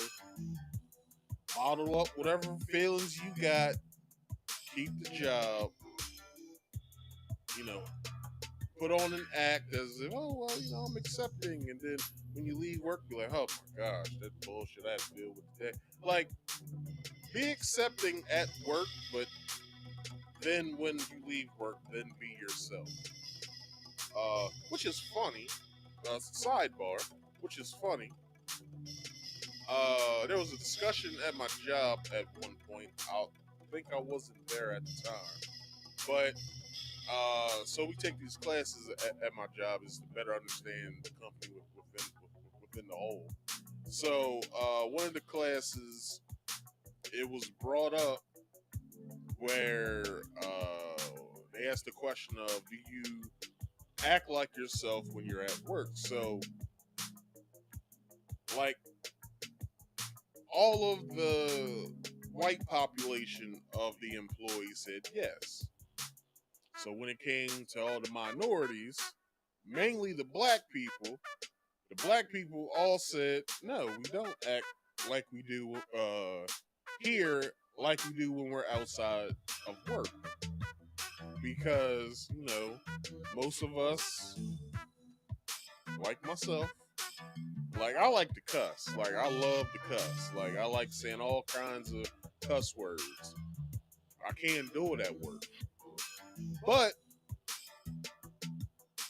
I like that with my personality and with my intelligence, I can come up with alternative words to say to fill in for those cuss words. So, I might hear about something about what's going on at work. At home, I'm like, well, ain't that a bitch? I can't say that at work, so I'm like, damn, ain't that a female dog when I'm at work? You know what I'm saying? So it's all about your delivery. It is all about how you say something. You know what I'm saying? But, I digress off that sidebar. But anyway. Your goldfish is all Amen. good. I mean, Well said. It's just, we live in a weird time, man. We do. Trigger warnings. What the hell is a trigger warning? Yes, exactly. It's just, when I It just is don't know weird when times. the world became so sensitive. Like comedians can't tell jokes no more. No. Like, everybody's offended. It's a joke. It's a Right. comedian. Right. It's a joke. You're not supposed to take it serious. It's a joke. Right. His literal job is to joke. About everyone. About everyone Right. and everything. And people want to get offended and like, don't say that. That's triggering. Oh my God. You know what? Yeah. Sit in your house by yourself. Exactly. It annoys me. I mean, anything can. All right. So, let's get into this article. In an interview with Gloria Velez for Vlad TV, singer Neyo shared his views on gender changes while professing his love for the LGBTQ community. He said, "I feel like the parents have almost forgotten what the role of a parent is." He began. If your little boy comes up to you and says, "Daddy, I want to be a girl," you just let him rock with that? Question mark. Neyo added. Where did he get that? If you let this 5-year-old eat candy all day, he will do that. Like, when did it become an excellent idea to let a 5-year-old, a 6-year-old, or a 12-year-old to make a life-changing decision? Question mark. When did that happen? Like, I don't understand. The 3-time Grammy Award winner, age 43, said he comes from an era where a man was a man and a woman was a woman. I come from that same era. So, there were 2 genders, and that's just how I rock, he said. I could identify, you could identify as a goldfish if you would like. That ain't my business. It becomes my business when you try to make me play your game. Which, when you're at work, you don't want to offend anybody. You don't want to lose your job, so you just play the game until you leave work. I have to play a 10-hour game every goddamn day. I don't have an issue with the person at all. Cool ass motherfucker. It's just I have to play the he and him game. You know what I'm saying? No, by any means, I'm not trying to be offensive at all. It's just that that's the game we were set with. We knew of the person as one name until the day they started, and it was like, well, which was a shock to everybody in the room. Just to say that we learned of this person. What, like 2 weeks beforehand, and then when they came, it was like a big announcement. Like it was like a big announcement. Hey, we got something to say to everybody. So everybody, listen up, because we're not saying this again. It was like, well, the person that we hired isn't a her anymore. They rather be looked at as a him. So their pronouns is this. They identify as that. So make sure, you're not disrespectful. You accommodate the person or whatever. And so, I don't think much of it. You know what I'm saying? I slip up from time to time and say, well, she did or her, blah, blah, blah, blah. Like, I slip up from time to time, but, because it's my mind trying to set me right. Like, nah, nigga, that ain't what it is. But, at the same time, it's like, well, this is exactly what it is. So I can't actually say that. You know what I mean? So, it's all about me just trying to keep my job. That's all. You know what I'm saying? So, moving on.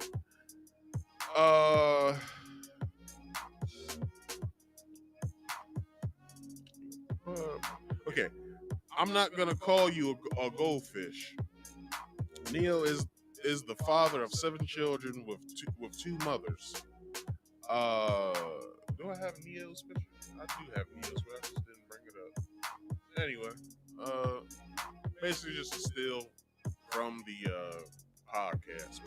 Okay, moving on. Later,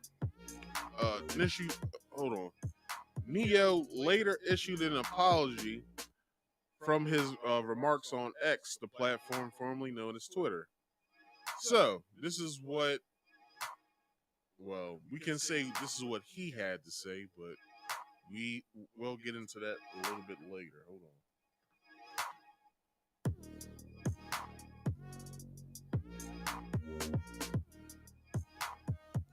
So he says, after much reflection, hold on, let me read it through here first to see where they stopped at.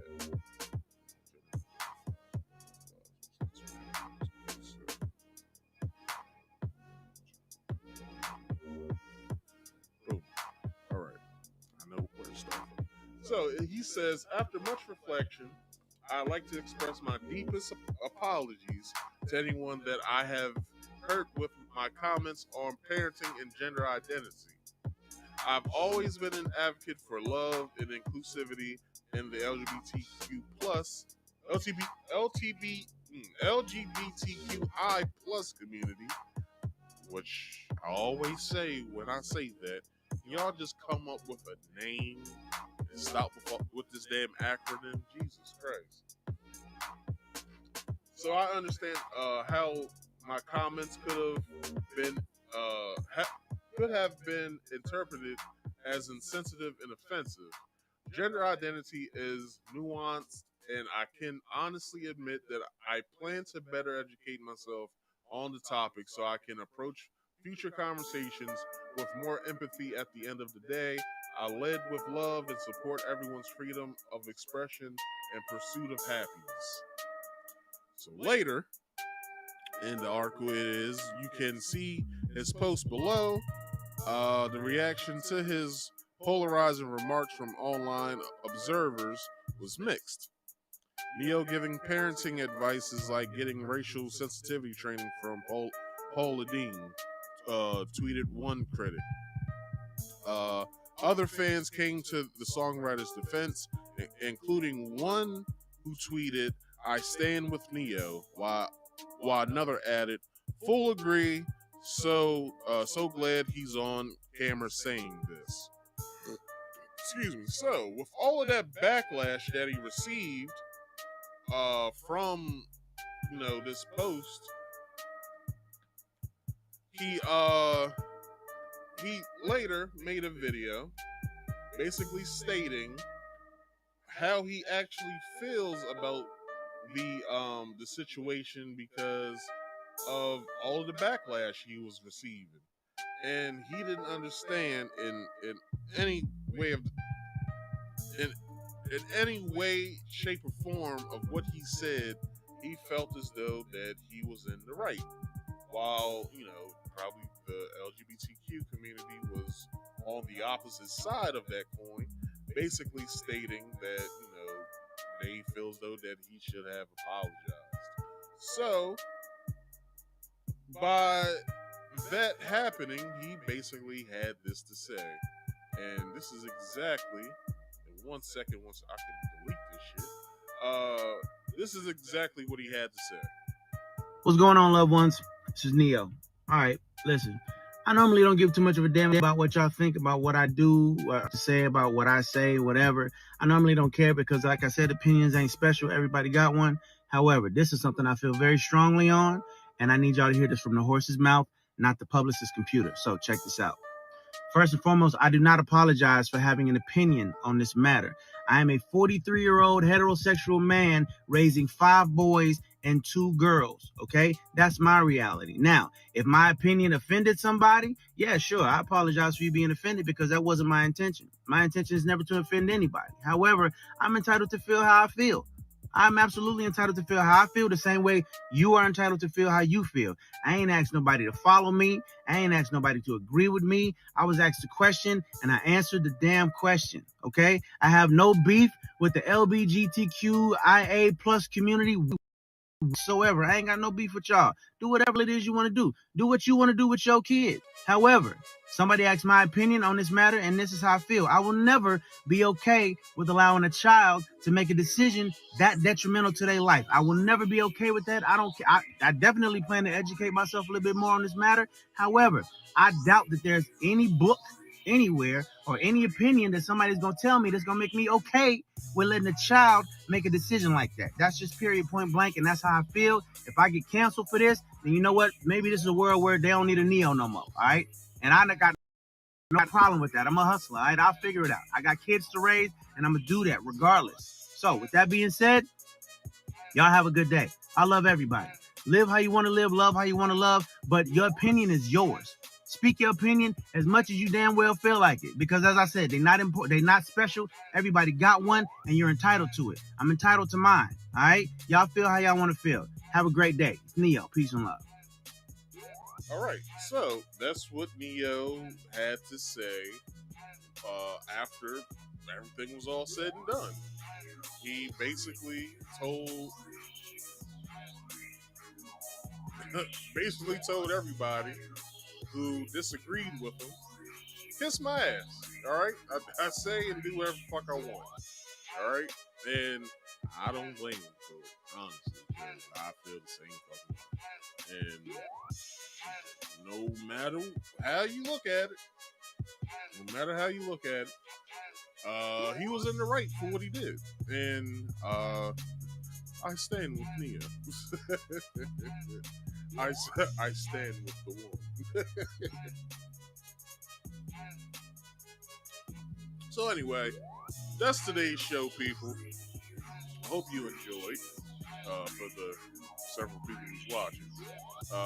So I'm over my time by an hour and 3 minutes. So I'm gonna get on out of here. So show summary. Got into with the small banter. Me and Khalifa giving marriage advice, which was terrible ass advice. She should sit down and take several white folding chair seats before someone hits her with one. Just kidding.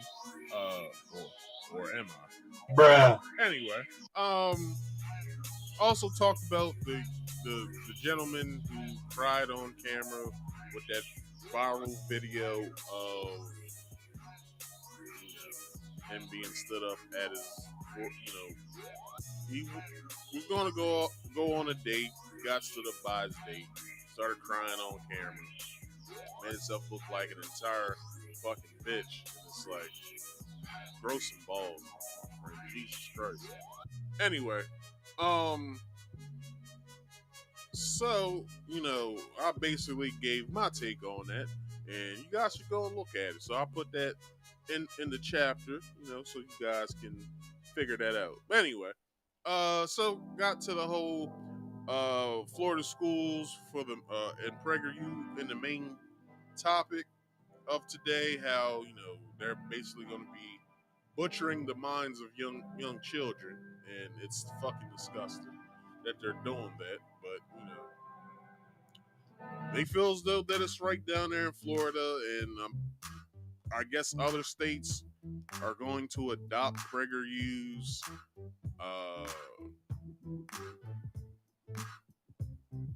educational resources, I guess you can call them.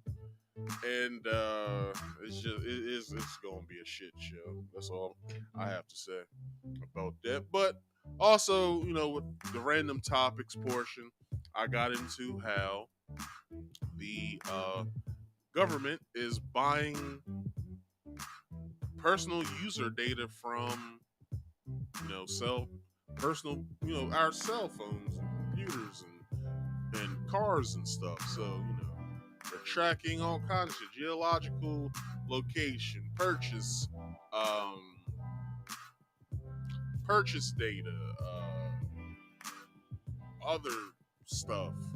So do yourselves a favor, buy a VPN, because it's at least a layer of protection. All right, and most VPNs that you buy aren't even in the United States. Like, they're not like United States based companies, so they'll have to go through hell and hot water to try and get those records if you do get a VPN. So make sure y'all make the decision on getting a VPN, because you're gonna need it in today's climate of how shit is done. And make sure y'all read those terms of services, man. Like, Jesus Christ, we need to start doing it more often. Also, just got done talking about the whole Neo debacle and how he was almost canceled and stuff like that. But he said what he said. He meant what he meant, and I don't see any qualms about it, to be honest. Like, I don't have any qualms about it. So, Neo, keep doing your thing. Keep making those hit songs. Wish you make a good R&B album again. Jesus Christ, like all you've been making is fucking dance and party music. Make a good R&B song again, please. Like that's all I ask. Anyway, that has been today's show, people. Before I go, you guys know that I have to play that theme music and get us out of here with these promotions. So, how about we get into that? So, every Friday, I do this here podcast, Marcus Speaks Live. I hope you guys enjoy. So, come back every Friday at 8 o'clock p.m. Eastern Standard Time, and you'll see my face here, sitting here, giving y'all all the good information of what I've retained throughout the week. Also, please, whenever I make the announcement for when Marcus Speaks Play is coming back, if it does come back, because I'm having a hard time with this goddamn capture card, man. Like, I just want the picture to look like the game that I'm playing, so you guys can also have fun with it. You know what I'm saying? Like, I don't want to have a drained picture for y'all. Like, I looked at almost all of my gameplay from all of my games, and like the picture doesn't look like some of the other people that I watch. It's like, why is it mine's looking like that? You know what I'm saying? So, to be announced whenever I do that. So, please be on the lookout for Marcus Speaks Play. Still thinking about a time that I'm going to be streaming. I'm thinking about maybe like 1 o'clock, 2 o'clock, maybe. You know what I'm saying? Get like a good 2 to 3 hour stream in with a game, and then be done with. I can have the rest of my day to myself and stuff like that. So, you know what I'm saying? Just like today, I get all my whole day to myself. Come on for about 2 to 3 hours, do my stream, and then I can go to the bar. It's almost 12 o'clock here on the East Coast, and I can. Everybody comes to the party late any damn way, so I can go ahead and hit the party up. You know what I'm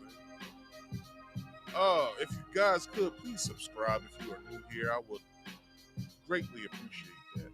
But also, while you do that, or after you do that, go into the description box. When you scroll down past the description of the show, you'll come into all my links. You can hit that link if you want. I advise you to do it. You can find everywhere where I'm at. Also, if you could, go to that single Rumble link that's underneath of the YouTube link. That's here, that's here. You know what I'm saying? So go ahead, hit that Rumble link. If you don't have Rumble, download it. Download Rumble. Like, come on, man. What are you doing? Download Rumble. I have 10 subscribers over there. I believe the next 15 I get, I'll be able to start streaming live over there, so I can start making Rumble content. Because Rumble pays, and you ain't gotta worry about shit. YouTube gotta jump through all kinds of hoops to make money. I'm trying to make money, all right, with this. I'm tired of being broke off this shit, all right. Anyway, just do me a favor. Go to the Rumble link, hit the Rumble link, download the app if you haven't already done so, and go ahead and subscribe to me once you got all that done. All right. Also, if you ever want to come up here, you can talk about any of the topics that I presented tonight. You know what I'm saying? You can either hit the link or you can call in with the call number at 302-283-9791. Once again, the number is 302-283-9791. Go ahead, hit that number up, hit that link if you want to come talk to me. I would love to start hearing from you guys, but if you do start hitting all the number, there are rules to this. Say, don't let y'all, do whatever the hell y'all want to do with my shit. Alright, so, rule number 1, if you come up here and you're on camera, if you do hit the link, you gotta be on camera here on the backstage. You gotta be on camera at all times. If you want to be on camera to both, here to the backstage and to the public.